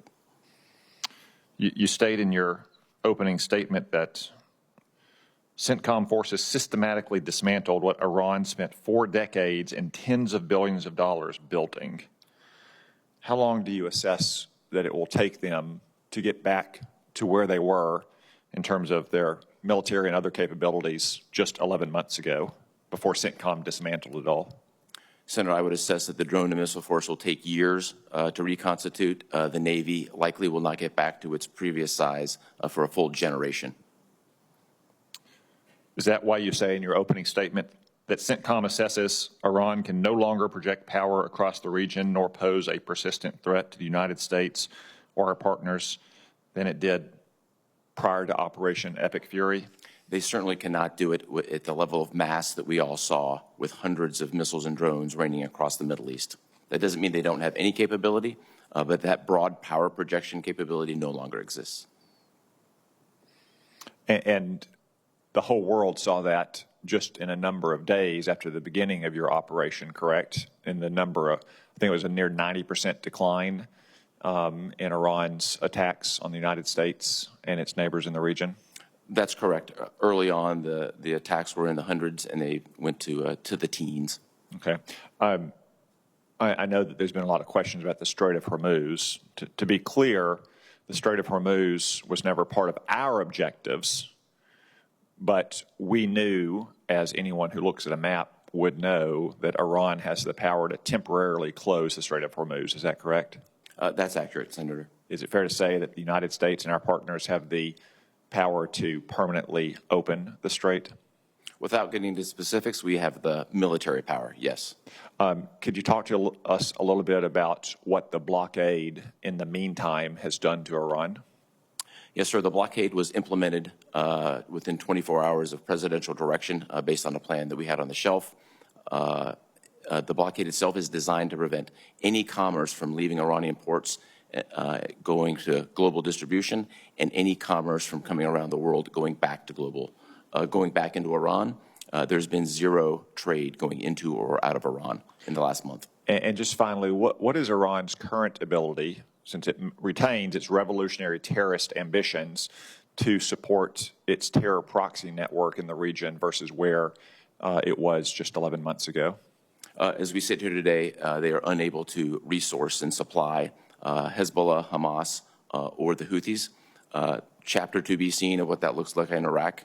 New prime minister wants to distance himself from Iran, but we'll see. That's what he's committed to. We'll see what that looks like. So they can't support their terrorist proxies. They're years and years away from reconstituting, if at all, their missile and drone forces and their nuclear program, and they're a generation away from rebuilding their Navy. Seems to me like a little bit better position than we were relative to Iran under Barack Obama and Joe Biden's disastrous nuclear deal. Thank you. Thank you, Senator Cotton. Senator Slotkin. Thank you, gentlemen, for being here, and thank you for what you're doing. I'm going to direct my questions to Admiral Cooper, excuse me, and I'm going to give a good pass to my fellow Michigander from Ypsi, Michigan. We're happy to see you in service. Thank you for what you're doing, and you're always welcome back home when you retire. I think I feel like whatever feelings I have about the imminence of the threat from Iran or not, we want our military to come through this war as successfully and safely as possible. I am interested in making sure we get out of this quickly and safely. And I have actually no doubt that with all the firepower we've used in this war, that we've degraded their nuclear capability, their ballistic missile capability, their terrorism capability. And as someone who served 3 tours in Iraq, I saw that terrorism up close and personal. But it is hard to say, sitting here with the Strait of Hormuz closed and every American feeling a deep, deep spike in the price of gas, and that we're only in the beginning of that we can't say we are overall better off until that strait is opened.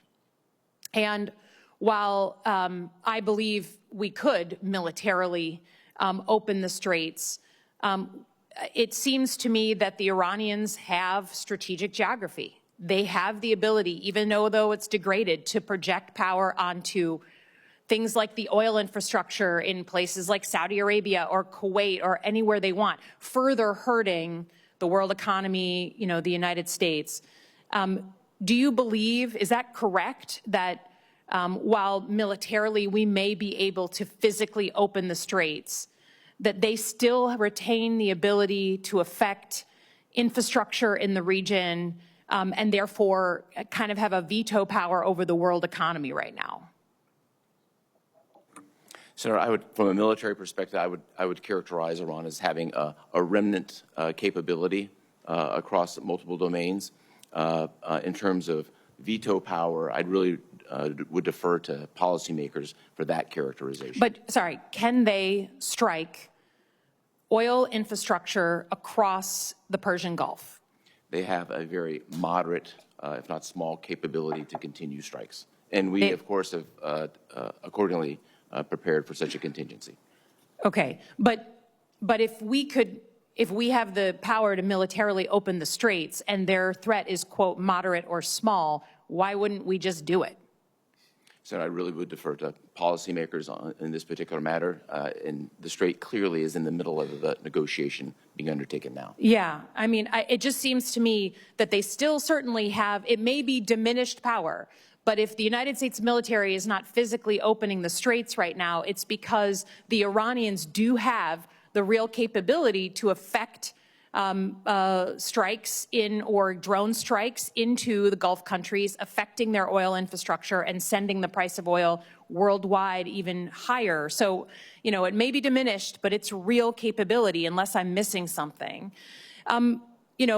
Can you describe for me, I'm very sensitive about the way that countries like Russia or China may be enabling the Iranians to target and kill American forces or to provide intelligence on their locations in real or near real time. Is it fair to say that the Chinese are providing intelligence to the Iranians to help them target U.S. forces? So I think best to talk about anything regarding intelligence in a classified manner. What I can say is the Iranian military is largely made up of Russian and Chinese equipment. Okay. I think, you know, it feels like either Chinese government and or Chinese companies are helping and aiding and abetting the Iranians in providing that information. I understand we don't want to go into the details, but some of this is like out in open press. I would just say I personally feel like that crosses a Rubicon. Anytime we have another country providing that kind of intelligence to an adversary, I think that should play very heavily in our calculus and our conversations. I know the president is with the Chinese government right now, but I hope that no matter what party we're from, that's just a Rubicon. We all believe once you cross it, we're in a very different conversation, and I hope that's playing out in Beijing. I yield back, Chairman. Thank you. Senator Banks. Thank you, Mr. Chairman. Admiral Cooper, any update at all on activities in Afghanistan? Increased activity from ISIS or any other groups that concern you? Anything at all that you can tell us? Senator, just thank you for the question. Afghanistan remains on the forefront of what we're watching in terms of terrorist activity. I think best to address that in a classified forum. For right now, our partnerships in the region are suppressing that threat. Can you give any update at all for the record? No. Remains an area of concern for CENTCOM. You're tracking, paying attention to it. We're not completely ignoring Afghanistan. Remains an area of concern. We're paying close attention through a variety of partnerships. We're suppressing any threat. Thanks. Thank you for your leadership. I mean, I think this is an incredible moment. You're doing an incredible job when it comes to Iran and degrading their military, their defense industrial base. You cite in your testimony that the U.S. has, quote, delivered a long-term rollback of Iran's ability to project power in the region and beyond, end quote, damaging or destroying over 85% of its ballistic missile, drone, and naval defense industrial base and 82% of its air defense missile systems. That's pretty damn good.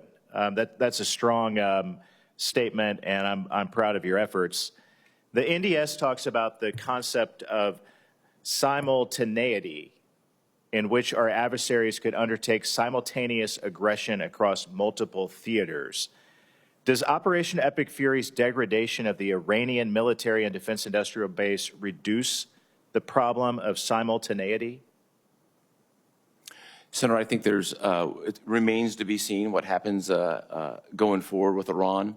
But what I think we've seen is a combination of ability for the United States to project power and influence and defeat an adversary very quickly, 38 days.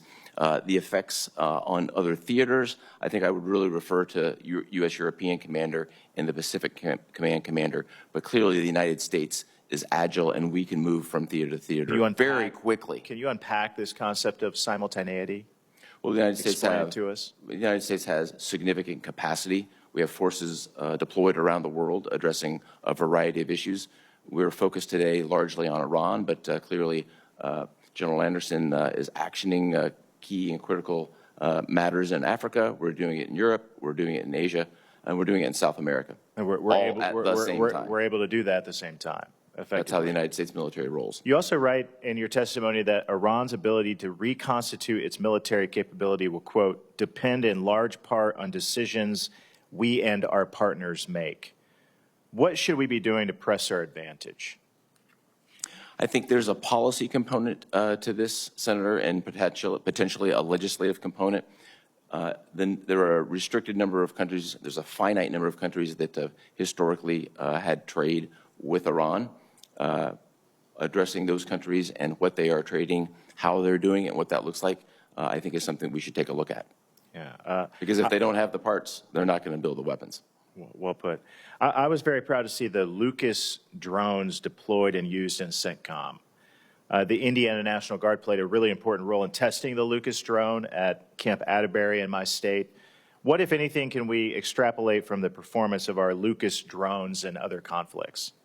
Yes, Senator, so the Lucas drones were the United States' first opportunity to use our own one-way attack drones against an adversary. I remember well the training that happened at Camp Atterbury. I was watching it like a hawk. That training has produced additional capability that we've now employed against an adversary very effectively. What else can we learn from it? Well, there's a lot more to be learned from it. I'd love to take it in a classified setting, and particularly given where we are right now vis-a-vis Iran, I think I would just like to keep that in a classified setting. For more than a month, our warfighters in the Middle East were hammered by small drones. How can we ensure that doesn't happen again if combat operations resume?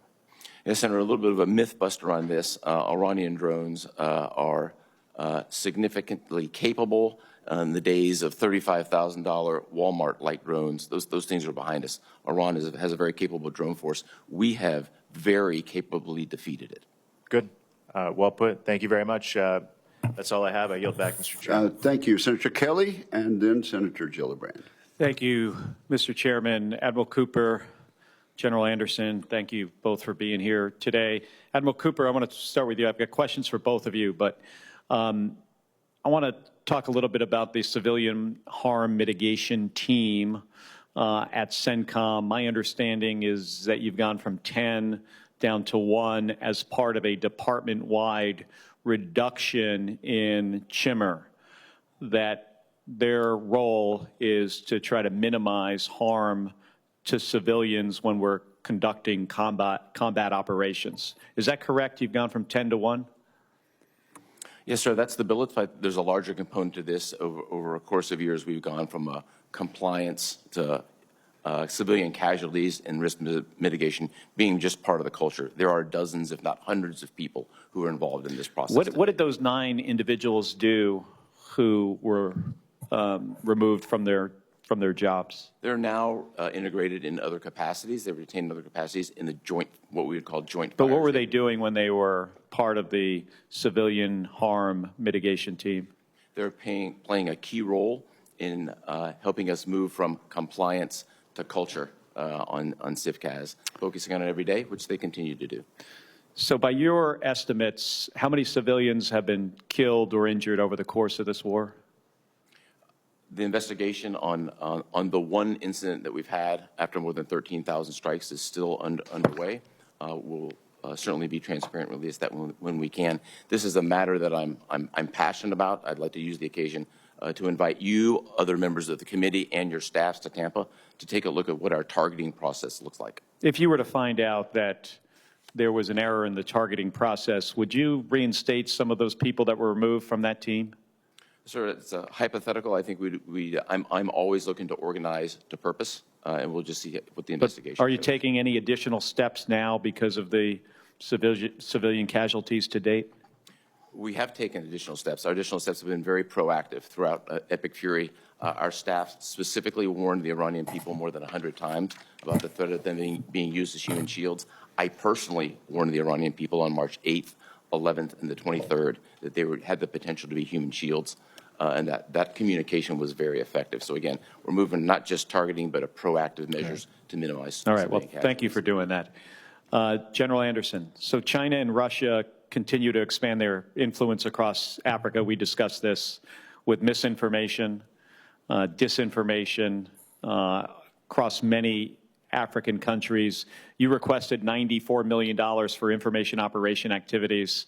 You were promised, and this is in fiscal year 26, you were promised $25 million from the department. You ultimately received only $19 million. Can you talk about the difference between having $19 million to do that job and $94 million? Like, what are you able to do if you were fully funded? General Anderson, I get it. I mean, we see this stuff all the time. The amount of misinformation that comes from the Chinese and the Russians, it is a huge problem. But if you could just explain to us a little bit about what you could do if you had the full request. Senator, I think the key point there is right now we are in a reactionary mode to propaganda and to other information operations to what we can do at the moment. What the fuller funding would do, especially if it's consistent over time, would allow us to build an information campaign and address these issues across the continent. We're one of the few organizations that looks across the entirety of the continent and can understand how these propaganda and misinformation play across borders. We work very closely with the State Department and U.S. embassies on this to make sure our messaging is key, but this would allow us to do is help coordinate that messaging across regions and across the continent to highlight the issues that come with this misinformation, especially as much of it is destabilizing the democracies across the region. Do you ever feel like we should be countering some of their disinformation with disinformation of our own?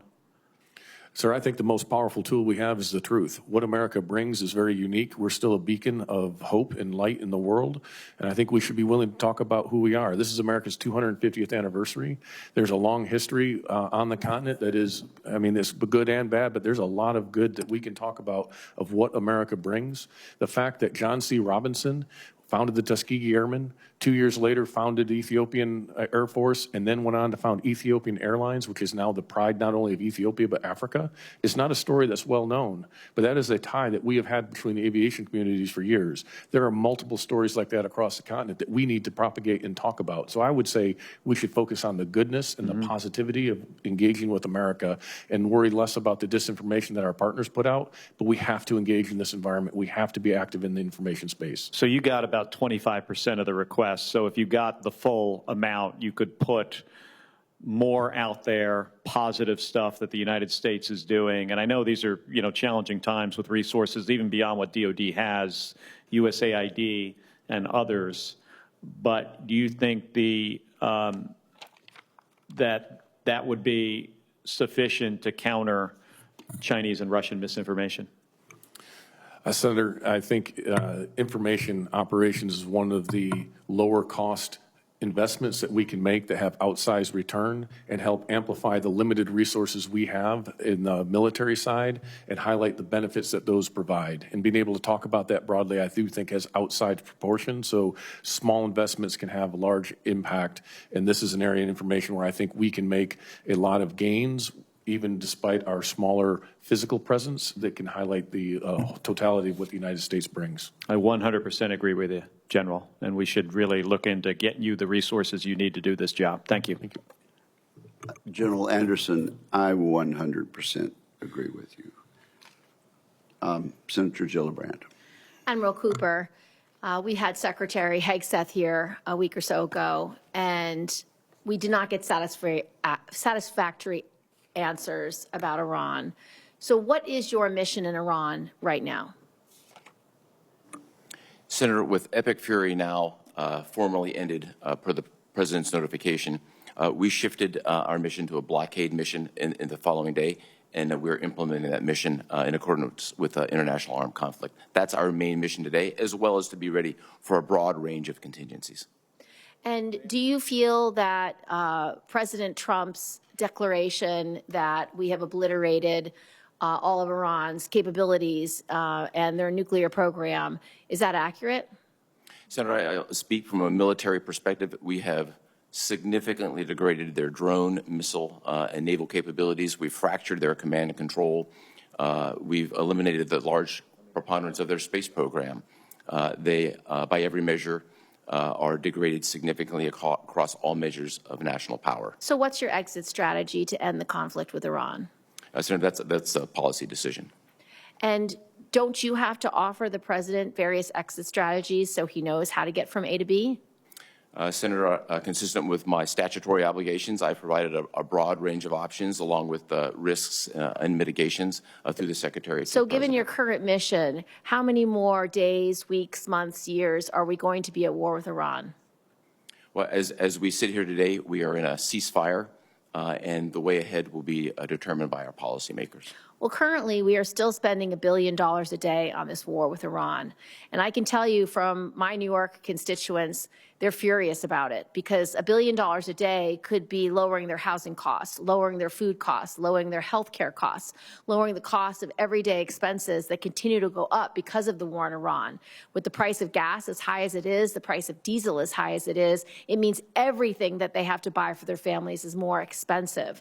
So we expect from our military leaders a plan about why and how long we are going to be spending $1 billion a day, and I have not seen that plan or the why from President Trump or Secretary Hegseth. So I'm hoping, as the military person in charge of operations, that you have a plan to end this war and to stop spending $1 billion a day. Senator, we have a broad range of plans and contingencies consistent with my obligation to provide that advice, both to the Secretary and the President. We've done so. Decisions will be made by our civilian leadership, and my job will be to execute them. The second concern I have, Admiral Cooper, is how we've prosecuted this war to date. We have data and information publicly available in publications like the New York Times that 22 schools have been hit, hospitals, dozens of hospitals have been hit. We have regulations. We have the law of war. We have human rights obligations. We have our own targeting requirements to avoid civilian harm and death. Have you been implementing all the laws that are required under current law to minimize civilian death? Senator, we have executed every operation consistent with the law of armed conflict. The subject of civilian casualties is a particular passion of mine. We pay attention to it. We follow all the procedures and have gone above and beyond to, in my case, personally warn the Iranian people of several instances during conflict where they were being potentially used as human targets. If they've been warned, how did we then bomb 22 schools? There's no indication that we have that has been corroborated. Zero. How many schools have we bombed? There is one active civilian casualty investigation from the 13,629 munitions. So how do you explain the publicly available information that 22 schools have been hit and multiple hospitals? There's no way that we can corroborate that. No indication of that whatsoever, Senator. There's no way you can corroborate or no indication of it? Which one? No indication. Well, the indication is what's publicly available. There is indication. Have you investigated those claims? We have not. Why have you not? If this is a passion of yours, if you believe that the civilian casualties are not consistent with the law of war and not consistent with human rights obligations that our military regularly follows with great pride and great diligence, why have you not investigated those allegations when they're publicly being made on the cover of the New York Times? I'll be happy to take a look at each instance. I would like a report. Will be able to do that. I would like a report from you, from your team, about whether there have been attacks that have resulted in the destruction of schools and hospitals. And if so, why? And how then, last, have you managed the 90% cut to the personnel who are supposed to avoid civilian targets? Happy to provide any report, and I would invite you and every staff member here to come to Tampa to look at the process to see exactly how it works. Thank you, Admiral.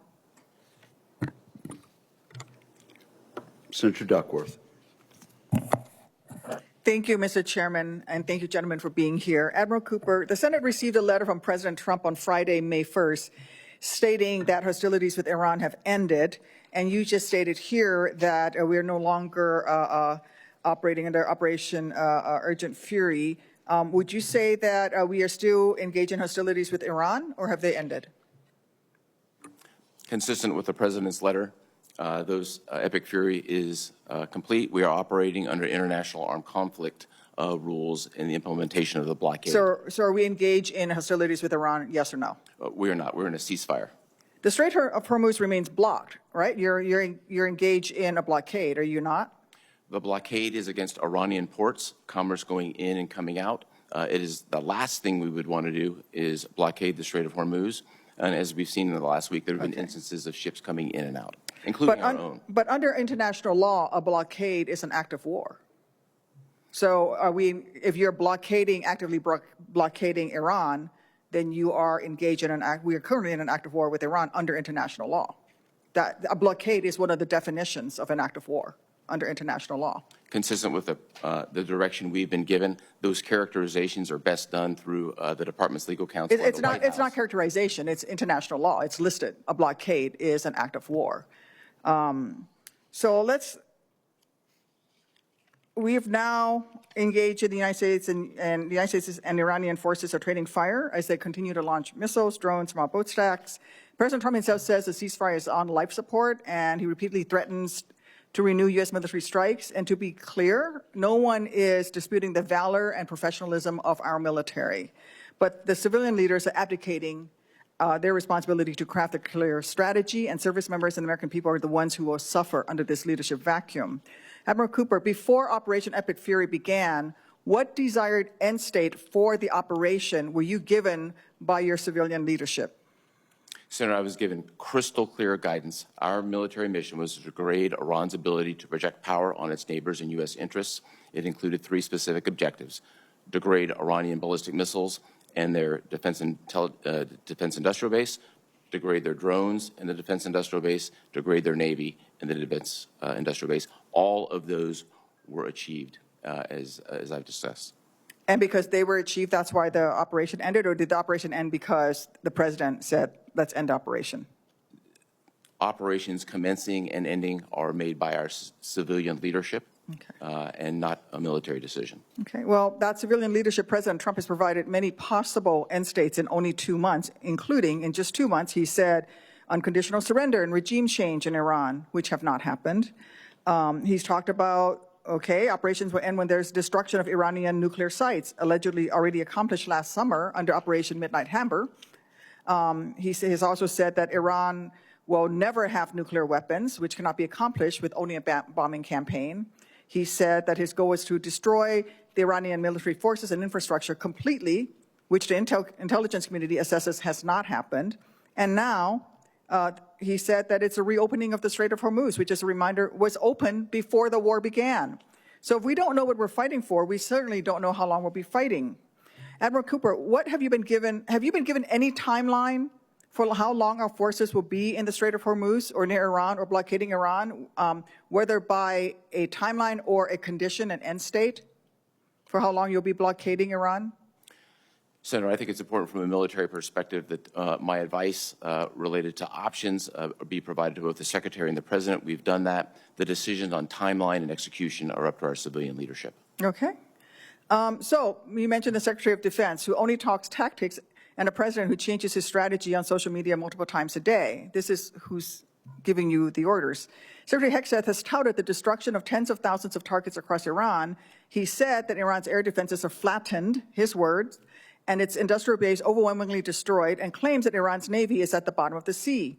Every metric that the Secretary offers is one of destruction, and destruction alone is not an end state, especially not with new public reporting that U.S. intelligence officials believe Iran has operational access to most of its missile capacity, and that Iran is clearly still capable of controlling the Strait of Hormuz.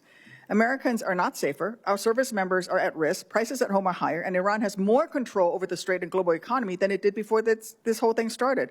The American people, our service members, deserve clear answers. What does done with the war look like, and how do we get there? We have no strategy. As we saw in Afghanistan, if you don't have a sound strategy, you keep doing tactics forever. This is not your fault, but this is where we are. And Admiral Cooper, have you been asked for your advice, and under what conditions would you advise deploying ground troops for any purpose in Iran? Senator, I think it would be inappropriate to talk about any contingency planning in this particular forum. It's my obligation as a combatant commander to provide a broad range of options through the Secretary and to the President. Can you answer that question for me in the skiff at a later time? I'd be more than happy to talk about anything classified. All right. Yes, ma'am. Thank you. Thank you, Mr. Chairman. Senator Kelly. No further questions, Mr. Chairman. Sorry, I didn't mark off Senator Peters. Thank you. Thank you, Mr. Chairman. Gentlemen, thank you both for being here. And I speak for myself, and I think everybody on this panel. We appreciate the incredible professionalism of the men and women in uniform and the job that they do every day with professionalism and heroism. And thank you for doing that. But we do have a number of questions about how we win this war and end it going forward. And those are usually political questions related to political leadership. The men and women in uniform execute those orders, and they have demonstrated that they're certainly the best in the world. But Admiral Cooper, you mentioned that the current mission right now is basically the U.S. blockade of Iranian ships or ships that are transiting the Straits of Hormuz to Iranian ports. That's in response to Iran basically effectively shutting down the Strait of Hormuz before that. As you know, experts across the political spectrum and multiple political administrations have all agreed that a war against Iran's first moves would be to mine the Straits of Hormuz to prevent tanker traffic. But despite these known risks and repeated claims that the DoD has planned, and I'm sure you have plans. I attended the War College. I served in the Navy. There are no shortage of plans that we have. That you have plans to deal with the closing of the strait. We had 4 minesweepers that were stationed in the Middle East were just retired last year, and our remaining minesweepers were either stationed in Japan or not pre-positioned in the region. This is despite public reporting that we currently already have limited unmanned mine clearance capacity. And reports from the New York Times and Reuters has also indicated that Iran still has hundreds, if not thousands, of small boats that can lay mines or perform hit-and-run attacks on top of their existing land missiles and drones, which I'm sure they're building at a furious pace right now to restock what they have. And this is on top of existing land missiles and drones. The American people, as we all know, are already paying higher prices in the United States. Inflation is up as a result of chaotic tariffs that President Trump has put into place. And now, thanks to this war and the Straits closure, they're paying high gas prices that continue to rise as well, putting a strain on family budgets. So my question for you is, if there was advanced planning, and I'm sure there was advanced planning about the Straits closure, why were the minesweepers not pre-positioned in the region when it had been publicly reported that we already have limited unmanned mine clearance capacities? When you have a plan, usually before you execute the plan, you make sure that all your assets are in place to actually execute that plan. So it's curious that those assets were not there. Why? Senator, I think best to talk specific tactics and operations in a classified environment. What I can say here is we did have sufficient and continue to have sufficient mine clearance capability in the theater. Because it happened to not be in those 4 vessels that were decommissioned after decades of service, I think is an interesting point.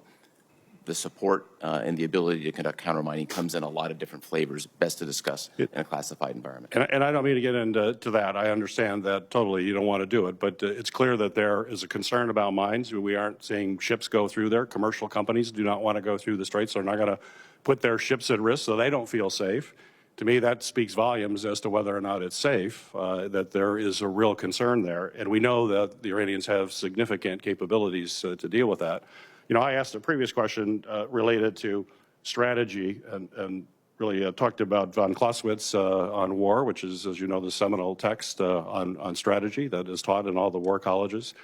And you know it better than I will ever know it. The concept of that is that in order to win a war, you've got to know the center of gravity of your enemy, and you have to be focused on able to neutralize that.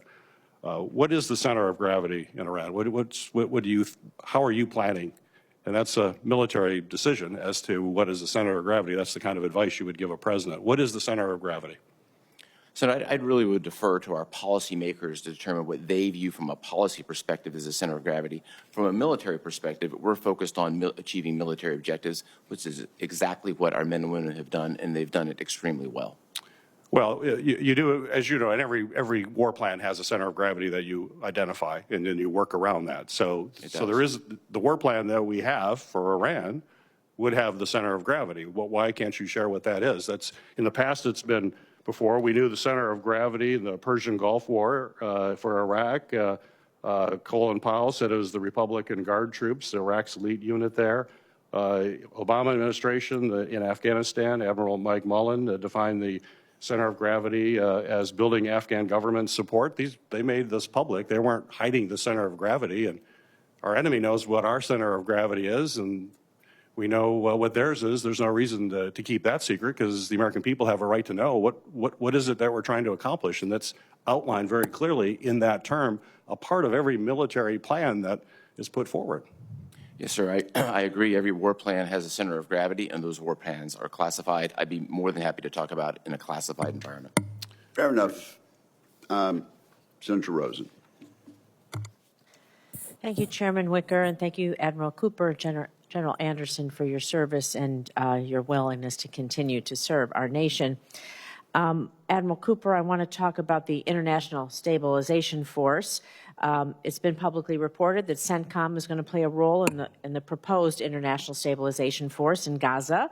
We'll just call it ISF going forward. Though many questions remain on what the ISF is, when it will be deployed, and how it will operate. So can you clarify the roles of the U.S. and CENTCOM in the ISF? Specifically, is the vision for CENTCOM to retain command and control, or is there a timeline and mechanism for transitioning oversight to a multinational or civilian-led structure? Senator, first, great to see you again, and thank you for the question. Our role can be simply defined as one of support right now. The International Stabilization Force commander who's been designated is also dual-hatted as the commander of Special Operations Command Central. He has about 45 members of the Joint Force presently working for him. We're really at the infancy of forming that international stabilization force. Thus far, there have been 4 countries who've committed to provide forces. And so I think as we look to the future, I'd be happy to come back to you on what that looks like. Later on, we're heading in the right direction, but we're just at the infancy of the process. Thank you. And speaking of heading in a direction, we need to talk about munitions sustainment, because Admiral Cooper, according to publicly available resources, the U.S. has fired at least 45% of its Patriot missile interceptors and more than half of its THAAD interceptors so far in Operation Epic Fury, and it's had to move air defense from other theaters. So can you talk to me about how this constrains our air and missile defense and those of our regional partners and allies like the Israel, UAE, and others who are also under attack? Senator, I have all the munitions necessary to both defend our forces as well as conduct a broad range of contingencies. Our partners also have the sufficient munitions necessary for defensive Do you have operations. estimates about how long it would take us to replenish or rebuild our stockpile? I would really defer to the folks who do this on an everyday basis, both in the department and the services. Thank you. I'm going to continue on you, and then we'll move over to General Anderson in a minute, because I want to just take a moment to talk about Lebanon, because I do appreciate that you've applauded the Lebanese armed forces for their efforts to disarm Hezbollah. While the current effort in conflict has demonstrated the extent to which Hezbollah is rearmed, a strong Lebanese armed forces remains the best pathway for Lebanon through which Hezbollah can be disarmed once and for all, and we know that needs to happen. So what can the U.S. do to support the Lebanese armed forces to ensure that they have the necessary capacity to disarm Hezbollah while also holding them accountable? Senator, taking on the disarmament of Hezbollah is a tall order. They've been funded by Iran for decades with billions of dollars, and Hezbollah is inculcated into every fabric of the Lebanese society. I think right now our continued commitment with modest dollars to the Lebanese armed forces is helpful. They have, in particular, several units who can do more. We have to be, I believe our commitment could be to provide the funding necessary so that they can do more. Thank you. I'm going to move over to AFRICOM now, General Anderson, because ISIS and al-Qaeda affiliates, well, we know they've spanned the African continent. And so understanding, of course, this is an open setting, can you talk about the extent to which these franchises, that they work cross borders within local settings to coordinate with one another, and the threat that this poses to our priorities in the regions? And do you think there's a need for a comprehensive CT strategy on the continent? And if so, could you outline again, considering it's an open setting, broadly what that strategy might include, please? Senator, I appreciate the highlighting of the transnational threat that both al-Qaeda and ISIS pose. I can say in this setting that ISIS has several affiliates across the continent that are coordinating more and more, whether that's in the Golis Mountains of Somalia or the Lake Chad Basin of Nigeria or in the Sahel, as well as Mozambique and others. So this terrorist network has to be addressed holistically. They have to look at the entirety of the network. It's not any single node anymore. And so as we look at this, I coordinate very closely with Admiral Cooper, because ISIS still has a strong presence in CENTCOMs, AOR, as well as al-Qaeda. As we look at this, the strategy to go after this is to work with our partners, those willing and capable partners, enable them first and foremost to take on this threat. When they are unable to do that, then bringing in only the unique capabilities that the U.S. can bring in order to address those threats. We've seen that in the Golis Mountains, where we've been able to bring intelligence, ISR, some limited strike capabilities that has been able to disrupt their leadership network. This needs to be applied across all of these areas. So investments in additional ISR, investments in expeditionary capabilities, such as in a float forward staging base like the Herschel Woody Williams, that allow us to move to the point of need at the time of need, and then the force protection requirements that are necessary to protect that force in the expeditionary area. And I would add not just the force protection as in the counter UAS and the integrated air missile defense, which are critical, but also investments in emerging technologies that allow austere medicine, forward medicine, remote medicine, automated CASEVAC. These types of things allow us to become more expeditionary in order to get after these critical threats, and only the critical threats that pose threat to the U.S., and then enable partners partners as able to address these common threats. So it is a multifaceted strategy. I could even go into more, I won't in this detail, but really maintaining the relationships and the engagements are equally important, and having that pragmatic approach, opening dialogue with the AES states and the Sahel again, addressing this with places like Algeria and Morocco and Libya even, who share these concerns. Building those relationships are absolutely vital because you cannot surge trust. If the chairman would indulge me, can I have a follow-up question on the Sahel since he brought it up? Yes, why don't you do that? Thank you. We know, since you brought up the Sahel, but last month the JNIM and local militias in Mali executed coordinated nationwide offensive attacks, attacking Mali's capital, seizing the key towns, killing the Malian defense minister. Though these attacks were greater in scale and intensity than any other since 2012, and clearly demonstrate the attackers' ability to strike against an expansive geographical area. So you're talking a little bit about the Sahel, but the permissive environment in the Sahel that's making these attacks possible, and what more can you do? Would you like to add if you want to speak a little bit more about instability there?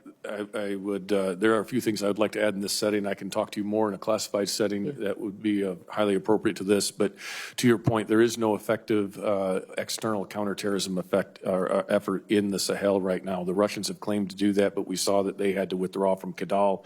We're unable to defend against that threat there. They are providing some limited support, but we do not see the same Western presence.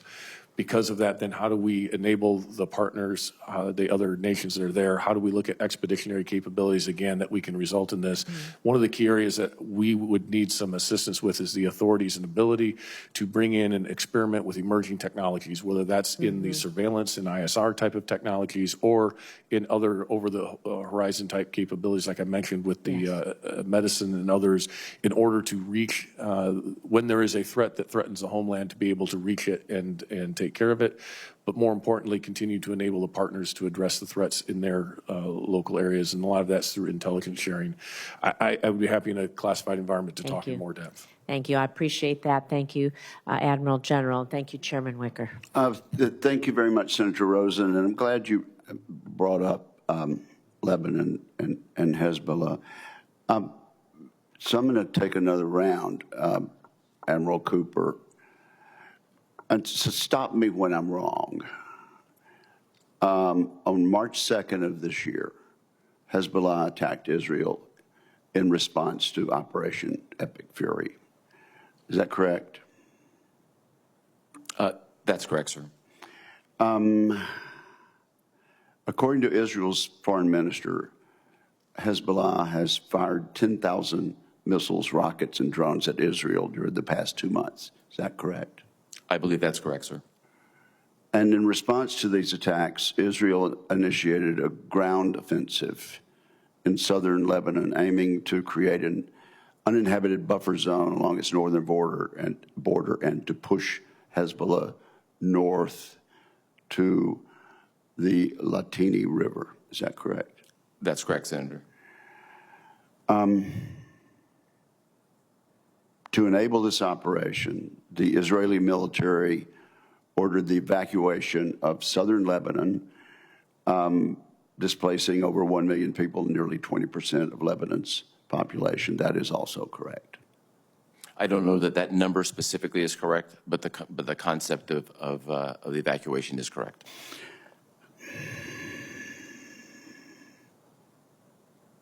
While governments of Israel and Lebanon declared a ceasefire in April of this year, Hezbollah Secretary General Naim Qassem announced that his organization would not recognize the ceasefire and would never agree to disarm. Is that correct?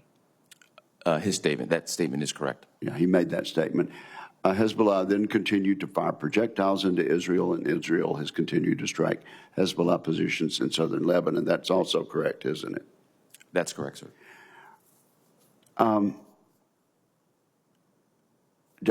And I think Senator Rosen would wholeheartedly agree with me that peace between Israel, and I can't ask questions to my friend and colleague, but I think we would both agree that peace between Israel and Lebanon would be a wonderful development, and a wonderful development for America and for Israel. But peace between Israel and Lebanon depends on the Lebanese government having both the capability and the will to disarm Hezbollah. Has the United States provided the Lebanese armed forces with approximately $3 billion since 2006? So I'd have to take that specific volume, that A lot of specific money. number for the record and follow up. But we have been providing aid for 2 decades. Is it fair to say that the primary goal of U.S. support for the LAF, the Lebanese armed forces, was to counter Hezbollah? Yes, sir. And from 2006 until 2023, is it accurate to say that Hezbollah's rocket and missile arsenal grew from 2006 to 2023 from approximately 9,000 rockets and missiles to 150,000? As a result of decades and billions of dollars of Iranian support, that's correct. Israel's foreign minister